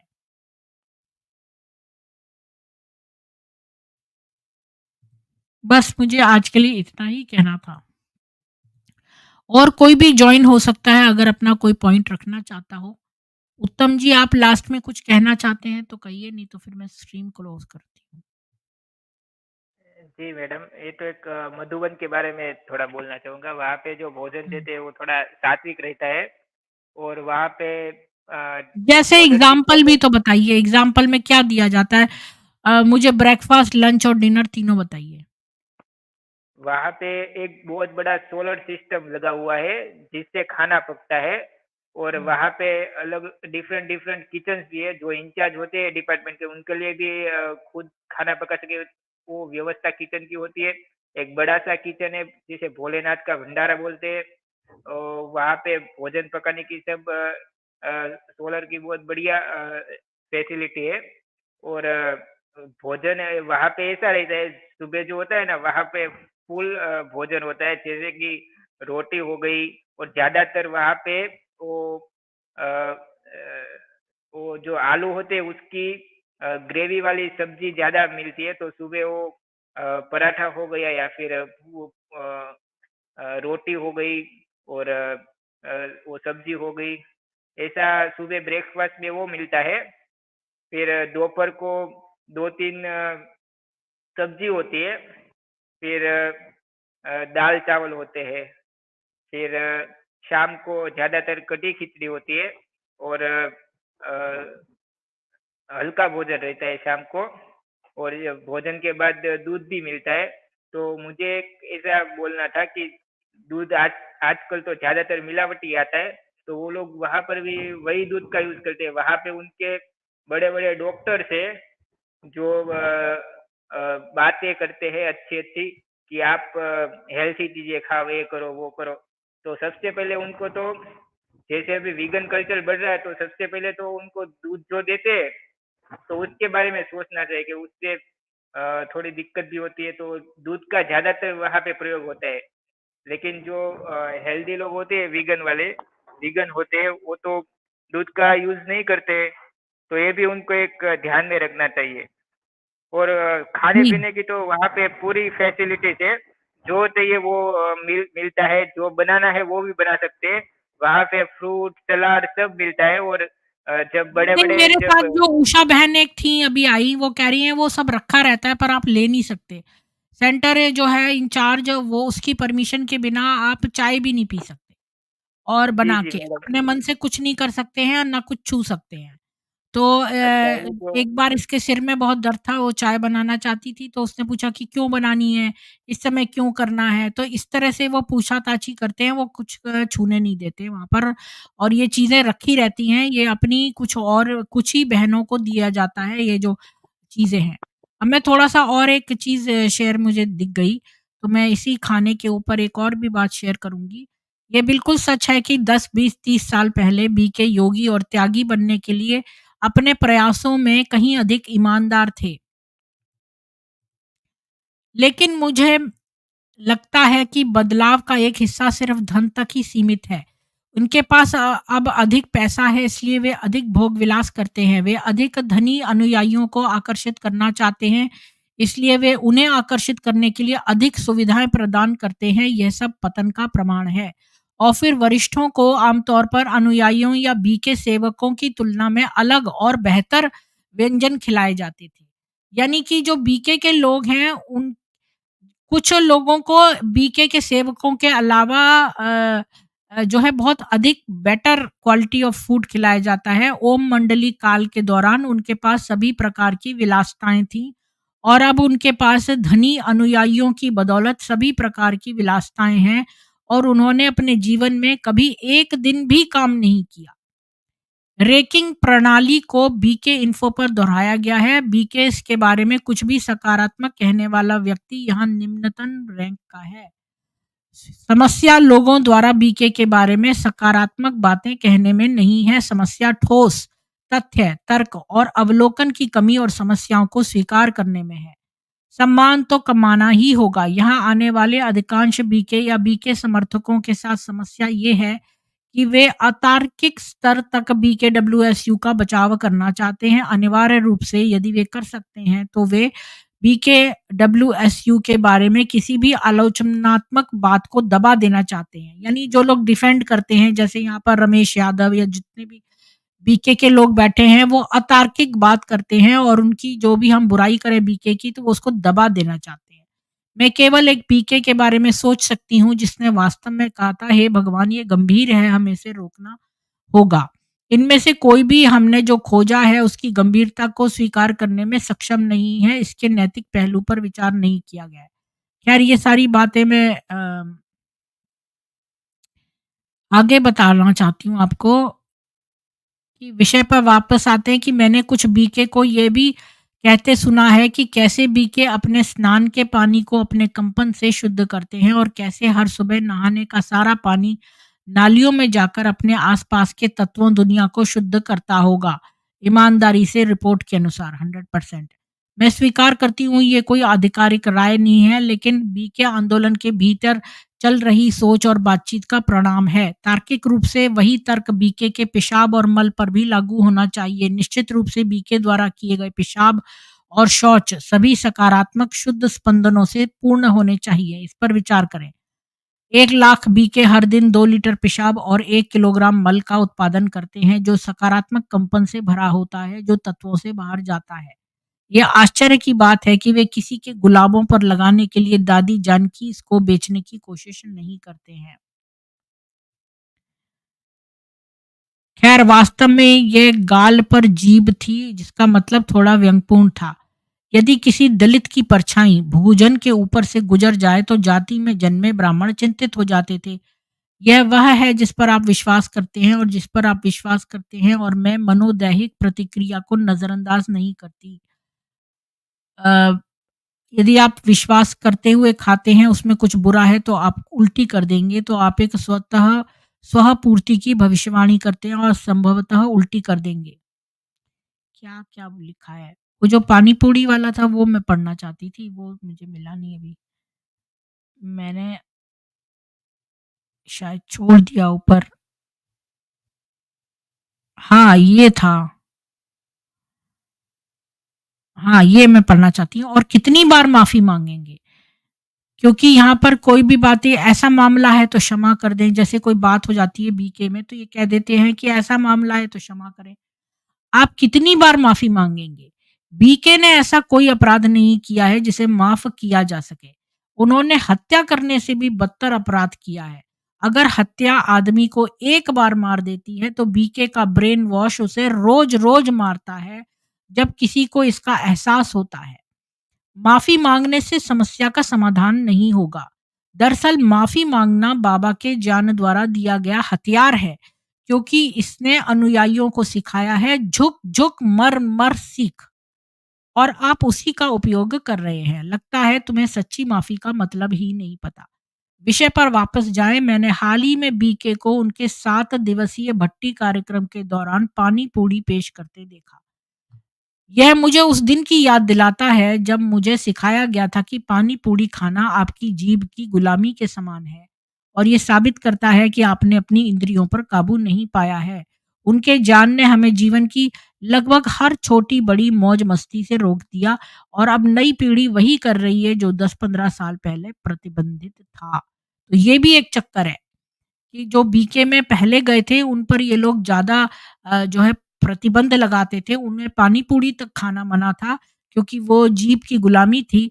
और अब जो नए वाले बीके बन रहे हैं उन पर ये ज़्यादा प्रतिबंध लगाएँगे तो वो बीके जॉइन नहीं करेंगे, तो उनके लिए रिलैक्सेशन कर दिया है और वो लोग तो पानी-पूरियाँ भी खा रही हैं। इसी को कहते हैं हिपोक्रेसी। तो बहुत-बहुत साधुवाद सभी लोगों को। और ये वाली बात भी है कि जो मल और पेशाब है उसमें भी भई अच्छे वाइब्स होने चाहिए, ये वाली बात भी है।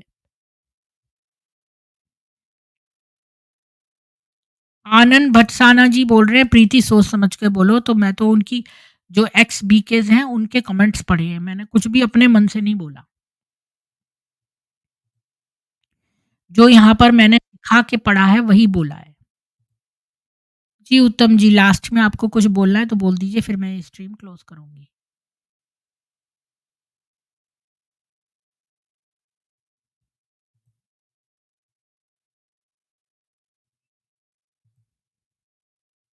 उत्तम जी, आपको कुछ बोलना है लास्ट में?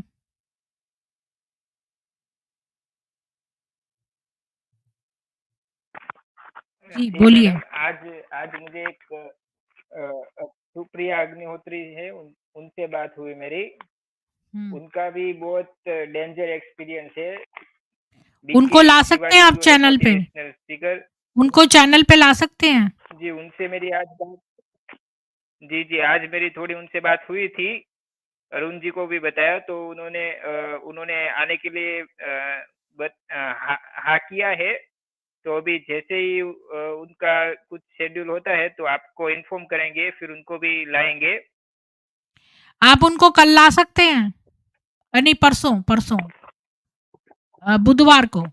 जी मैं उनसे वेनसडे बुधवार को बात करता हूँ, बुधवार के लिए। हाँ। फिर आप उनको थोड़ा ज्वाइन होना भी सिखा दूंगा। फिर आप उनका एक थंबनेल बता देना, तो फिर उसी जी, उनके ऊपर एक अवश्य। कर देंगे stream। जी, उषा जी भी यहाँ पर एक समर्पित बहन थी और उन्होंने भी छोड़ा है। ये उत्तम जी ने भी छोड़ा है। बीके इन्होंने तो 6 महीने में ही छोड़ दिया। आपके उसमें से पंखे की आवाज़ आ रही थी अभी। उषा जी बड़ी देर से आप जॉइन करती हैं। मैं तो बहुत देर से आपका वेट कर रही थी। अब तो मैं स्ट्रीम क्लोज़ करने का मैम आज टाइम आ गया लेट था। आज हम भोजन पे बात लेट कर हो रहे गई थे। आने। आज हम भोजन पे अच्छा, बात कर रहे थे। तो ये वाली बात कि ये जीते जी अपना भोग लगा देती हैं, इस पर आपको कुछ कहना है कि ये जो अपना ही श्राद्ध करवा देती हैं, हाँ, ये वाली तो बिल्कुल पक्की ताकि वाली उनके बात है। और परिवार वाले ना बनाएँ? परिवार वाले जैसे कि गृहस्थी से जो आने वाली माताएं हैं, तो उनको ये सजेशन देती हैं, क्योंकि फेथ तो रहा नहीं परिवार में, किसी के ऊपर भरोसा तो रहा नहीं, क्योंकि भरोसा तोड़ रखा है लोगों ने पहले ही। तो ये कहती तुम्हारे मरने के बाद पता नहीं तुम्हारे परिवार वाले श्राद्ध करने के पैसे तो ये ले लिए, तो कंगाल हो गई, तुम्हारा श्राद्ध करेंगी कैसे? ये करेंगी कि नहीं करेंगी? मरने का बाद भी तुम्हारा क्रियाक्रम अच्छी तरह से जलाएंगे, फूकेंगे, उसके बाद तुम्हारा श्राद्ध मनाएंगे, 13वीं करेंगे, 12वीं करेंगे कि नहीं करेंगे? तो ये दिमाग में डाल देती हैं। तो वो जो लेडी होती हैं, जो ब्रह्मा कुमारी में जाती हैं, वो डर जाती है, सोचती है कि हाँ दीदी तो अच्छी अच्छी बात बता रही है, क्यों ना मैं जीते जी अपना श्राद्ध करवा लूं दीदी से। तो वो श्राद्ध बाहर नहीं करती है, अपने परिवार में नहीं करती है, वो सेंटर पे ही करती हैं। एक अच्छा, तरीके अरुण जी कह पैसा, रहे थे फीस भी लेती हैं वो इस बात की? हाँ, अच्छा मोटा रकम, क्योंकि श्राद्ध ऐसे नहीं होता ना, श्राद्ध में काफी पैसा खर्च होता है, काफी पैसा लगता है। तो वो इस बहाने कुछ पैसा भी खींचती है, ऐसी बात नहीं है। बहुत सारे लोगों का खाना पीना होता अच्छा, है, मैं तो सोचती धूमधाम थी से। जैसे मैं माउंट आबू जाऊँ तो मेरे को फ्री होगा वहाँ पर रहना-खाना। तो ऐसा नहीं है, अरुण जी कह रहे हैं कि जो भी जाता है उसको 15,000 देने पड़ते हैं तब एंट्री नहीं, मिलती है। फ्री तो नहीं है मैम, क्योंकि हमें लगता है कि फ्री है। जो जा रहे हैं उनको हम पहले ही बोलते हैं कि फ्री है, कुछ भी नहीं है। वहाँ एक से एक खाना पीना है, रहना है, रूम किराया नहीं देना, कुछ भी नहीं देना। हम उनको ऐसे ही बोलते हैं फ्री है। लेकिन जब वो जाने लगते हैं ना, एग्री हो जाते जाने के लिए, तो कम से कम उनसे एक एक इंसान से कम से कम उस टाइम की बात बता रहे हैं, कम से कम 2,500, 3,000, 5,000 जैसी कैपेसिटी होती है लोगों से, वो हम पहले ही ले लेते हैं। जब टिकट बनाते हैं ना, उस टाइम हम पहले टिकट के अंदर, कितने दिन के स्टे के लिए? ये होता है मतलब 1 हफ्ते के लिए, कम से कम 1 हफ्ते के लिए। तो इतना पैसा हम उनसे ले लेते हैं कि टिकट बनाने के नाम आप इतना पैसा जमा करो। तो जो इच्छुक व्यक्ति होते हैं, ज्यादा वो होते हैं, जैसे आध्यात्मिक होते हैं, कई माताएं ऐसी आध्यात्मिक होती हैं, तो वो भंडारी में भी जाके वहां डालती हैं, कुछ अपने अपने पास से भी डालती हैं वो। और वहां तो जमा करती है, सेंटर इंचार्ज के पास जमा करती है पैसा। तो वो सारे पैसे इकट्ठे करके वहां पर ऑफिस बनी हुई है माउंट आबू में। उस ऑफिस में एक दादी का नाम भी मुझे याद नहीं आ रहा है, ईशू दादी है। वो ईशू दादी के ऑफिस में जाकर के वो पैसा को हमें जमा करना होता है कि हमारे सेंटर से इतने भाई बहन है और इतने पैसे हमारे सेंटर के हैं, तो वो जमा करना होता है। तो अरुण जी तो कह रहे फिर हैं ऐसे तो अमृतसर जाओ तो वहाँ तो फ्री लंगर चलता है, वो तो कभी ये नहीं सोचते कि भई पैसे लें और बाद में फिर खाना खिलाएँ। तो अमृतसर पानी में में तो फ्री फ्री नहीं है, लंगर है। पानी में फ्री नहीं है मैम, पानी में फ्री नहीं है, लोगों को हम अच्छा, बेवकूफ दूसरी बनाते हैं। बात एक आई कि ये लोग कहते हैं कि भई इनका बड़ा अच्छा कंपन है, मतलब स्पंदन होता है, बड़ी पॉज़िटिव वाइब्स आती हैं, तो इनके खाने में बड़ी पॉज़िटिव आती हैं। तो दूसरी बात ये है कि जो व्यक्ति इतना ड्रग्स-व्रग्स लेता हो, बाद में वो ब्रह्म कुमार या ब्रह्म कुमारी बन गया हो और बाहर रहने वाला लौकिक व्यक्ति जो बड़ा धार्मिक है, तो उसका बनाया खाना गंदा होगा, और जो अगर ड्रग्स पहले लेता था और अब ब्रह्म कुमार बन गया है, तो उसका, या ब्रह्म कुमारी बन गया, उसका बनाया खाना अच्छा होगा। ये कैसे पॉसिबल है? खाना तो देखो मैम, ड्रग की बात है जहां तक, तो ड्रग तो देखो कोई छोड़ नहीं सकता। ये तो एक नाटक है। जैसे सेंटर पे गया, कोई मुरली सुनने लगा, इतनी उसमें ताकत नहीं है कि कोई दारू भी छोड़ दे, कोई बीड़ी भी छोड़ दे, कोई कुछ नहीं छोड़ता। हमने ये भी देखा है कि बीड़ी के बंडल ले लेकर के लेटरिन के अंदर जाकर माताएं पी पी के निकलती हैं। ये हैं? यहाँ घुसो, हाँ, यहाँ घुसो घुसो के ले जाती है। हमने कई माताओं के उसमें से देखा है, बीड़ी पीते हुए और लेटरिन के अंदर डाल देती है। तो ऐसा कुछ नहीं है कि वहां जाने के बाद किसी का शराब छूट गया हो या कोई ड्रग्स छूट गया तो हो। ये सब बड़े बड़े, इनका पेशाब और मल भी ज़्यादा अच्छा होता है लौकिक लोगों के पेशाब और मल से? अब ये लोग समझते होंगे क्या मल अच्छा है क्या है। मुझे तो बस कुछ भी अच्छा नहीं है, कुछ भी अच्छा नहीं लगता है, अच्छा, एक क्योंकि ब्रह्म कुमारी एक्स ने ये भी लिखा है कि पहले तो प्रतिबंधित था पानी पूरी खाना, ये लोग कहते थे जीभ की गुलामी मत करो। अब आजकल जो नई-नई ब्रह्म कुमारियाँ बन रही हैं, उनको तो अलाउड है, पानी पूरी भी खाती हैं वो। पानी पूरी खाती हैं, अचार खाना बना था, लाल मिर्च खाना बना था। सेंटर में खूब लाल मिर्च चलते हैं, खूब अचार चलते हैं, सारी चीजें सब कुछ खाते हैं। जो बाहर की चीजें हैं वे सब अंदर बना करके खाते हैं। काफी हद तक, जैसे कि आपको गृहस्थी है, जो गृहस्थी में आ रहे हैं, गृहस्थी मुरली सुनने के लिए सेंटर पे आ रही हैं, और पूरा परिवार है, पति पत्नी है, सब कुछ है। तो उन माताओं से भी ये अपना चीज, जैसे कि चावल के पापड़ बनवा लेंगी, सेवियां बनवा लेंगी, उनसे बनवा करके वो घर में ही तो बनाती हैं, और कहाँ सेंटर पे थोड़ी आके बनाएंगी। अपने उसी बर्तन में बनाती हैं, उसी बर्तन में सब कुछ करके और ला के दे देंगी। वो नाम हाँ, ये तो ये हो गया कि कोसा कर रहे हैं, उनसे तो घर पे बनवा रही हैं, तो वो भी तो बना रही हैं आखिर। हुँ। वही तो कह रहे हैं, तो वो भी तो घर में बना अच्छा, के ला कुछ के लोग दे रही ये है कह ना। रही हैं ब्रह्म कुमारियाँ कि भई अविवाहित लोग, लड़कियाँ जो खाना बनाती हैं, उनका खाना खा लेते थे ये लोग, और जो शादीशुदा हैं उनका नहीं खाते थे। जो लौकिक अविवाहित लड़कियाँ हैं उनका खा लेते थे, लेकिन जो लौकिक विवाहित हैं उनका नहीं खाते। हाँ, तो नहीं खाते थे वो तो, अभी भी रूल चल रहा है, नहीं खाते। लेकिन जब इनको जरूरत पड़ती है किसी हुँ। चीज का, तो वो सब कुछ कर लेते हैं। हाँ, ये एक ये ये एक नियम कहने में, है। कथनी और करनी में फ़र्क है। हुँ। हाँ, ये नियम है, लेकिन ये उनके घर भी कभी-कभी जाती है, जैसे कोई प्रोग्राम हो गया, कोई कार्य हो गया, जाती है, तो अंदर कमरे में बंद होकर के वो भी खा लेती है जो नहीं खाना होता है। दिखाने के अच्छा। लिए तो एक गिलास पानी होता है, पानी भी नहीं पिएंगी सबके सामने कि भाई मैं इनका घर का पानी नहीं है, गृहस्थी हो घर का पानी नहीं चुपचाप कर पीना। लेंगी, पर सबके सामने नहीं करेंगी, वही इस्लाम हाँ, वाला फ़ॉर्मूला। हाँ, लेकिन अंदर जाकर के उनकी चाय भी पिएंगी, उनके घर के पराठे भी खाएंगी। मैंने ये भी देखा है, खाना खाते हुए भी देखा है। तो हुँ। ऐसा भी है।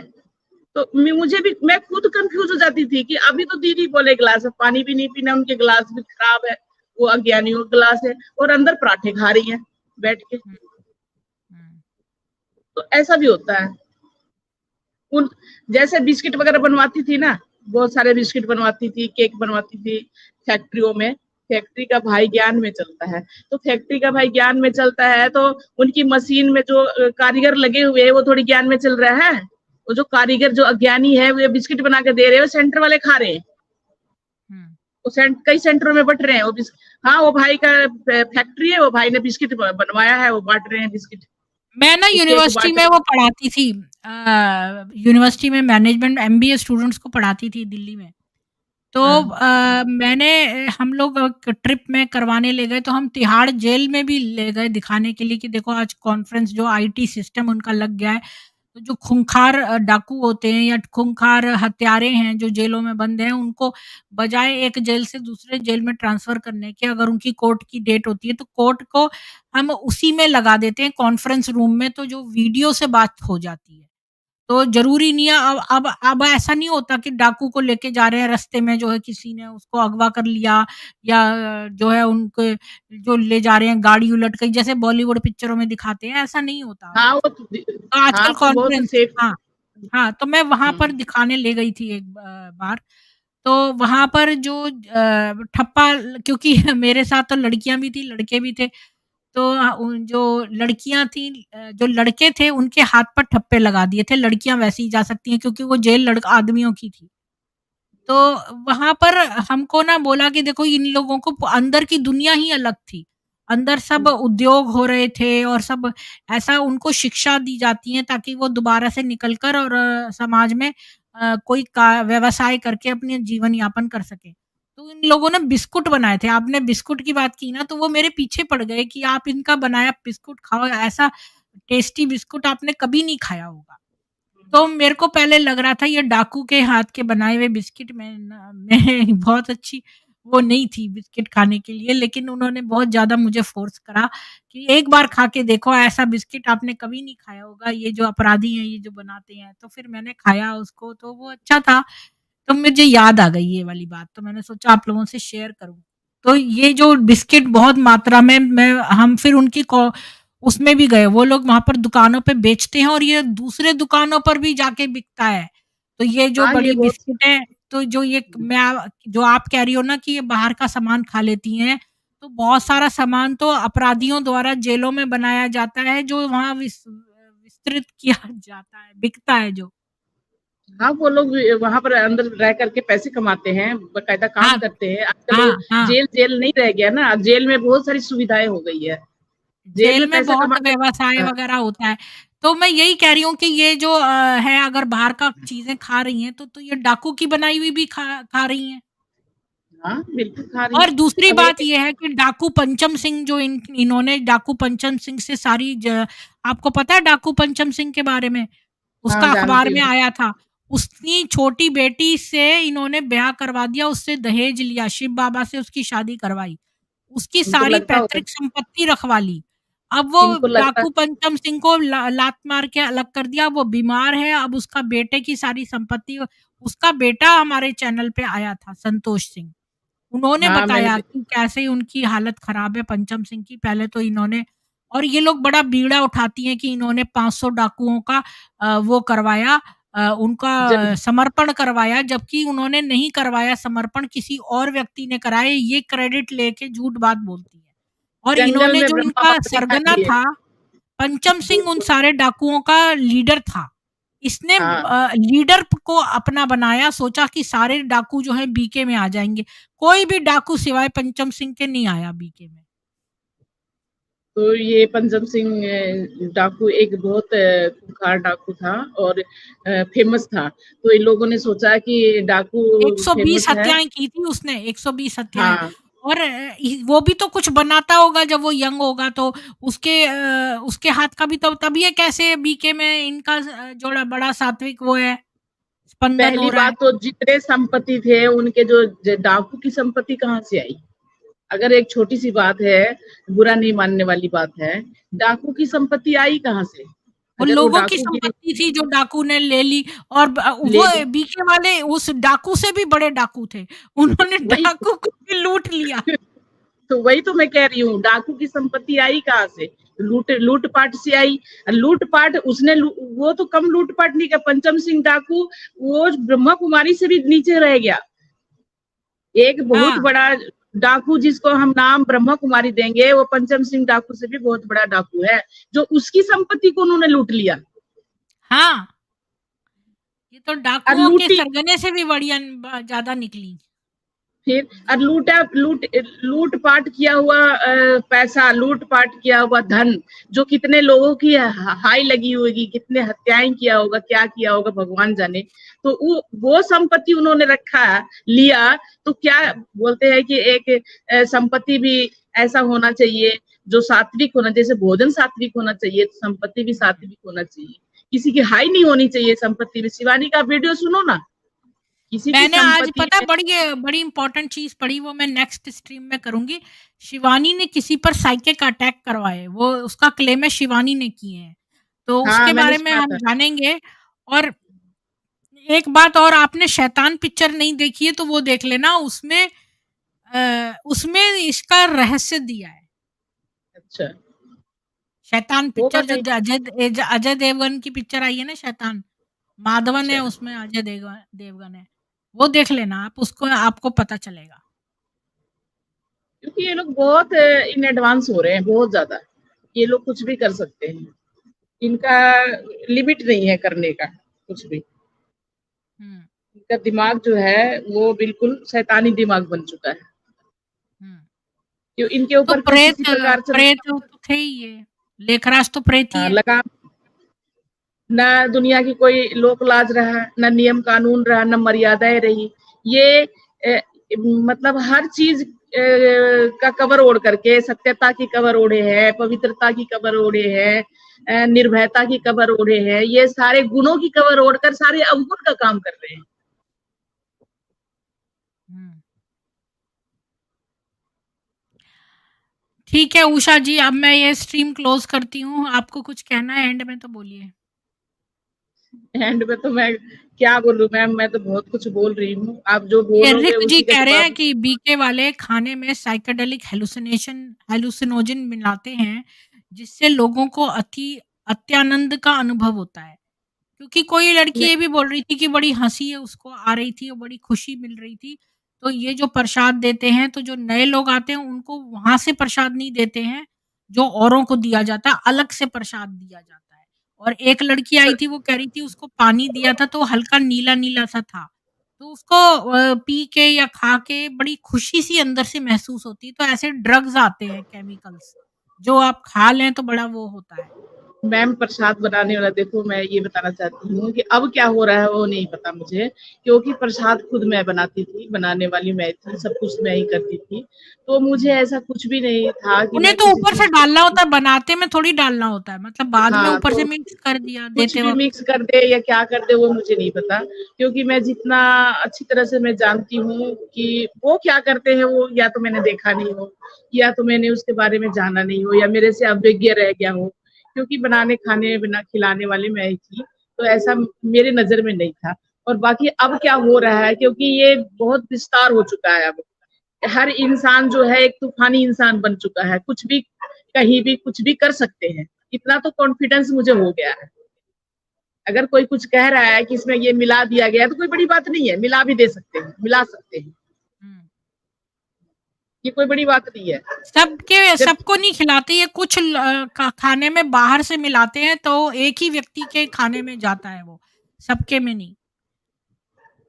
क्योंकि इतना तो या पता है कि आप शैतान पिक्चर देखो पहले फिर पता चलेगा। वीआईपी लोगों का भोजन पकौड़े-सकौड़े बनवाती थी। ये भी मुझे पता है कि अगर कोई बड़े आदमी आ गया तो उनको बिना नाश्ता किए जाने नहीं देते, नाश्ता करके जाना। तो उनके लिए अलग नाश्ता बनता था, हम खुद बनाते थे। तो ऐसा होता है, उनको उनको अपनापन दिखाते थे उनसे, उनको ज़्यादा क्लोज़ करते थे, उनको प्यार ज़्यादा देते थे। इस तरीके से खींचने की कोशिश में रहते थे कि कोई मतलब अपना गुलामी की पिरामिड स्कीम है ये। हाँ, क्योंकि नोएडा में मैंने ये देखा था कि पूरा एक कपल थे, वो कपल विदेश में चले गए हैं, तो वो पूरा सेंटर जो था पता नहीं कितने गज में बना हुआ था, वो इनको देकर चले गए। वहाँ पर इन लोगों ने अपना धीरे-धीरे पैड बनाने लगा। मैं वहाँ जाती थी क्लास कराने के लिए, ताला-चाबी इन्हीं को दे दिया था, वो बिल्कुल छोड़ के चले गए थे। तो इस तरीके से मैं देखती हूँ कि इंसान बड़ी पैसे वाले बड़ी आसान तरीके से अपना मकान दुकान दे देते हैं। उनको ज़्यादा वो नहीं लगता, मेहनत नहीं लगता देने में। बाद में बेशक कुछ करो, रो, पीटो, चिल्लाओ, वो बाद की बात है, लेकिन उस घड़ी वो दे देते हैं। हुँ। तो उत्तम जी आपको कुछ कहना है एंड में? फिर मैं क्लोज़ करती हूँ।